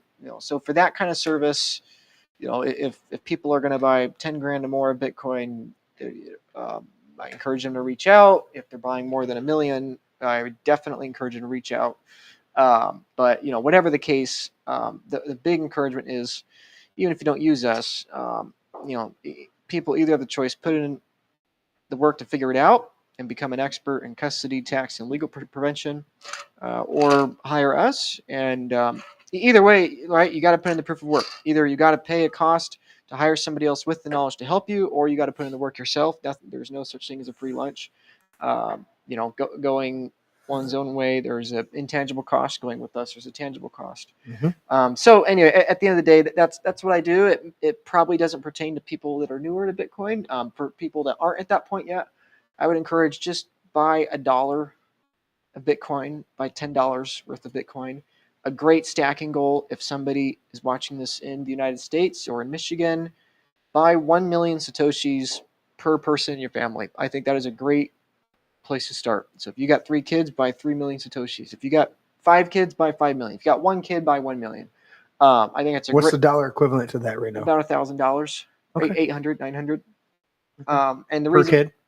Yeah, and the reason for that, like I said earlier, is that this whole idea is either BS or right. Either Bitcoin is going to zero or it is the internet of money. And if it is the internet of money, like we were talking about earlier, like with all due respect to everyone watching and not to be abrasive, like really it is as close to saying there isn't another option. People in 50 years won't have the option to use electricity or not. Everybody will need electricity. People in 50 years won't have the option to use a computer or not. Everybody's going to need a computer. But like both of those things are true now. Same thing's true with the internet. I would argue the same thing is going to be true with Bitcoin. It will be very difficult for people to operate in the future without Bitcoin. And so, given as long as the strongest network in the world continues to not die, our kids are going to need Bitcoin. And it's never too late to buy Bitcoin, but it's very rapidly too late to buy it at a certain price point. So probably everyone watching this, including myself, by the way, was too late to buy Bitcoin at $1 and $10, $100, $1,000, $10,000. Now we're at $100,000. I believe it's going to 10 million, 100 million more eventually. And I would encourage everyone to pick a number of Satoshis and get to that number as quickly as possible. And when they get to a significant number they want to store, feel free to reach out. But ultimately, I care much more that people do it. So that's my encouragement to everyone, is that this thing is a rabbit hole. It's difficult to understand. It's definitely not easy. But things are not cheap and popular at the same time. And it is very difficult for people to wrap their head around it. And it is exceedingly cheap. It's gone from 6 cents to well over $60,000. So people feel like they're too late, but when we put it in context of where it's going, it's just as early as when it was $6. It is as unbelievable that sounds. I really do believe that. Okay. I think that's kind of your final thought for the night. That was a good. I need a signature over there. Give me you're on the overlay, so give me the overhead shot, the little webcam up there, and then I'm gonna go to Amber first, ladies first, and then I'll go to Shane, and then I'll finish up for tonight. Let's pass it over. Okay, yeah. For work. Pick a pretty color. Oh, purple's my favorite. All right, get some. You're hashing this flyer. There You're you go. hashing it. You're adding it to your Hell blockchain yeah. over there. Give me some, Shane. for Jeremy coin. Right? Red. Got my Right. stack over there.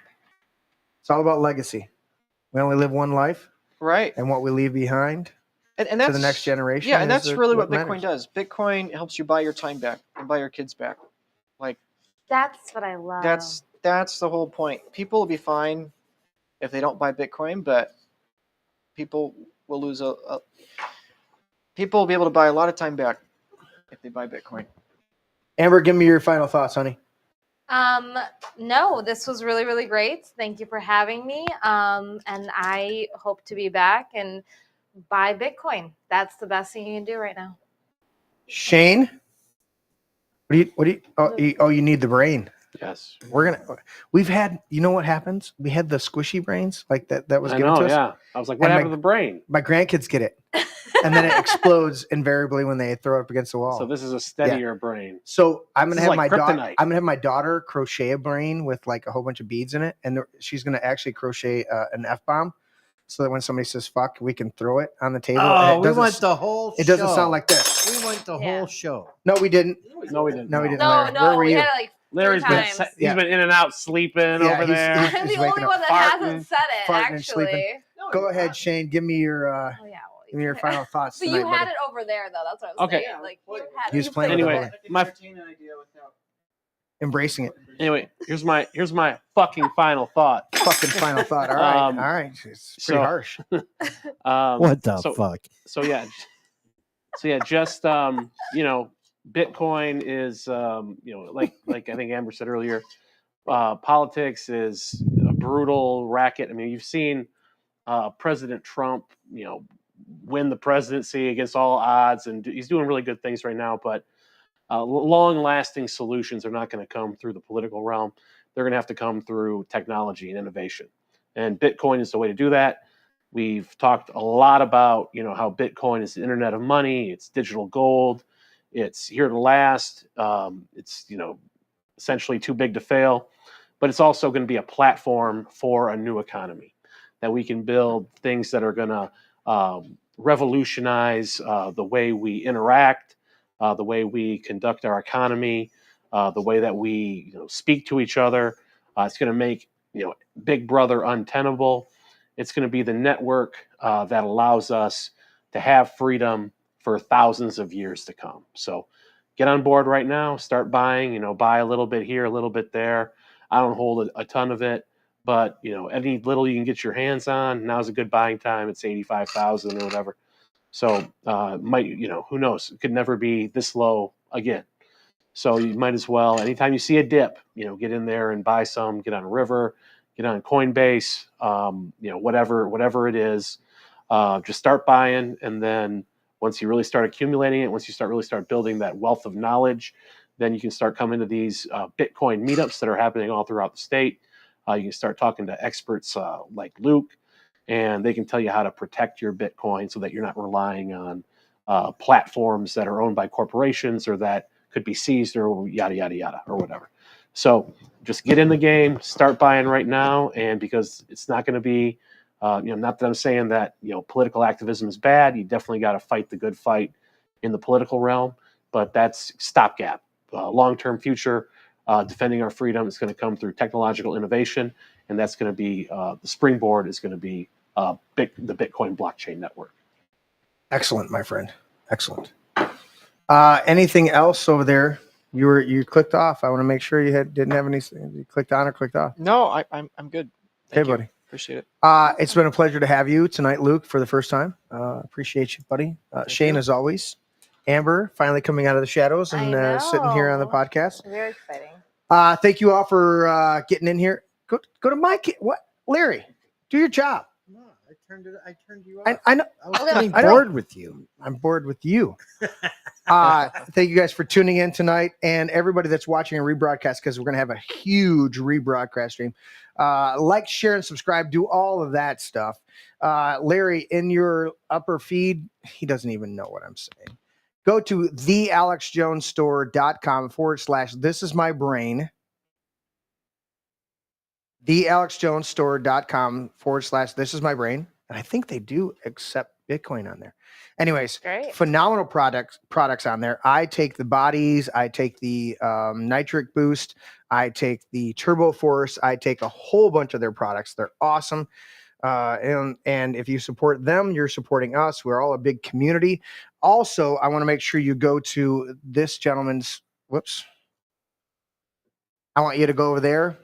If you're interested at all, thebitcoinadvisor.com. Go check that out. You're going to find either Luke or somebody like him that works there. He said there's about 40 people that work there. If you have any interest in this, and don't throw up your hands and say, I'm not interested in this stuff because it's not my thing. Well, whoops, wrong one. That's fine. It may not be your thing, but you said it earlier. It's one of my favorite quotes.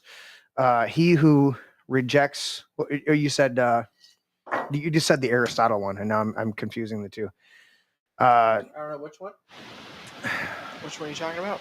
Things are not popular and cheap at the same time? No, that was a great one. No, the one I'm going to do a whole show on it. That it is the mark of an educated mind to it is the mark of an educated mind to What? Learn about what's offensive or? No, it's the mark of an educated mind to Entertain a thought without embracing it. Thank you. Yeah. That's one of them. Got it. But then the other one is don't reject stuff without the height of that's the phrase starts with that I said earlier in the show. The height of ignorance is to reject an idea without investigation. Right. And rejecting Bitcoin now is going to be very expensive for your Yeah. grandkids. Yeah. And those thoughts were a lot easier 3 Disaronas ago, weren't they? Shush. Or Listen, 7 man. Disaronas You know ago. what? Go to my camera, Larry. Oh, go to your camera again. I see it. Are Drink you? Oh, no, go to the. There it is. Drink cam. Look at how much is left. That was a full bottle today Oh, Okay. before dinner. shame on you. I will not disclose who helped me tonight. Nobody helped me tonight. It was all me. Cheers. I got. But thank you guys for tuning in. I hope you enjoyed the show. There'll be more to come. I'm looking forward to many, many more Friday night financial Friday nights here on This Is My Brain. And I'm not expecting other podcasters locally to start their shows an hour before us and end an hour after us to usurp what we're doing because we're always innovating. Look forward to some interviews and some other stuff coming up. Other than that, love you guys. Peace out. We will catch you next time. Larry, hit the button. That one? There we go. Good night, everybody. This is my brain. Dad, that's an egg. Yeah, that's an egg. Honey, Dude, that's an egg. seriously. That's an egg. It's a metaphor. It's still an egg. That's an egg. I would challenge you. That's an egg. I know my brain is not actually an egg, okay? It's a metaphor. Metaphor or not, that's not your brain. It's just an egg. Una cerveza para mí. My egg is my brain. Can I at least have some bacon, maybe some sausage with that egg, though? Oh, I want some bacon. I want crepes. Have some bacon and pancakes with that egg. I'll take it with cheese. Extra large brown cage-free eggs.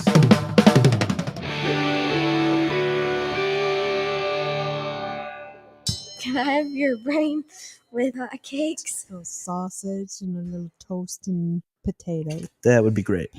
Does it have antibiotics? I don't know, man. I'm not good at this shit. Well, they got to be able to resist some diseases. You resist the disease. Has it got any hormones? Maybe. It's cage free. Vegetarian? Maybe. Are they vegan? No, I eat steak. Never apologize and never explain. Never apologize. Never apologize and never explain.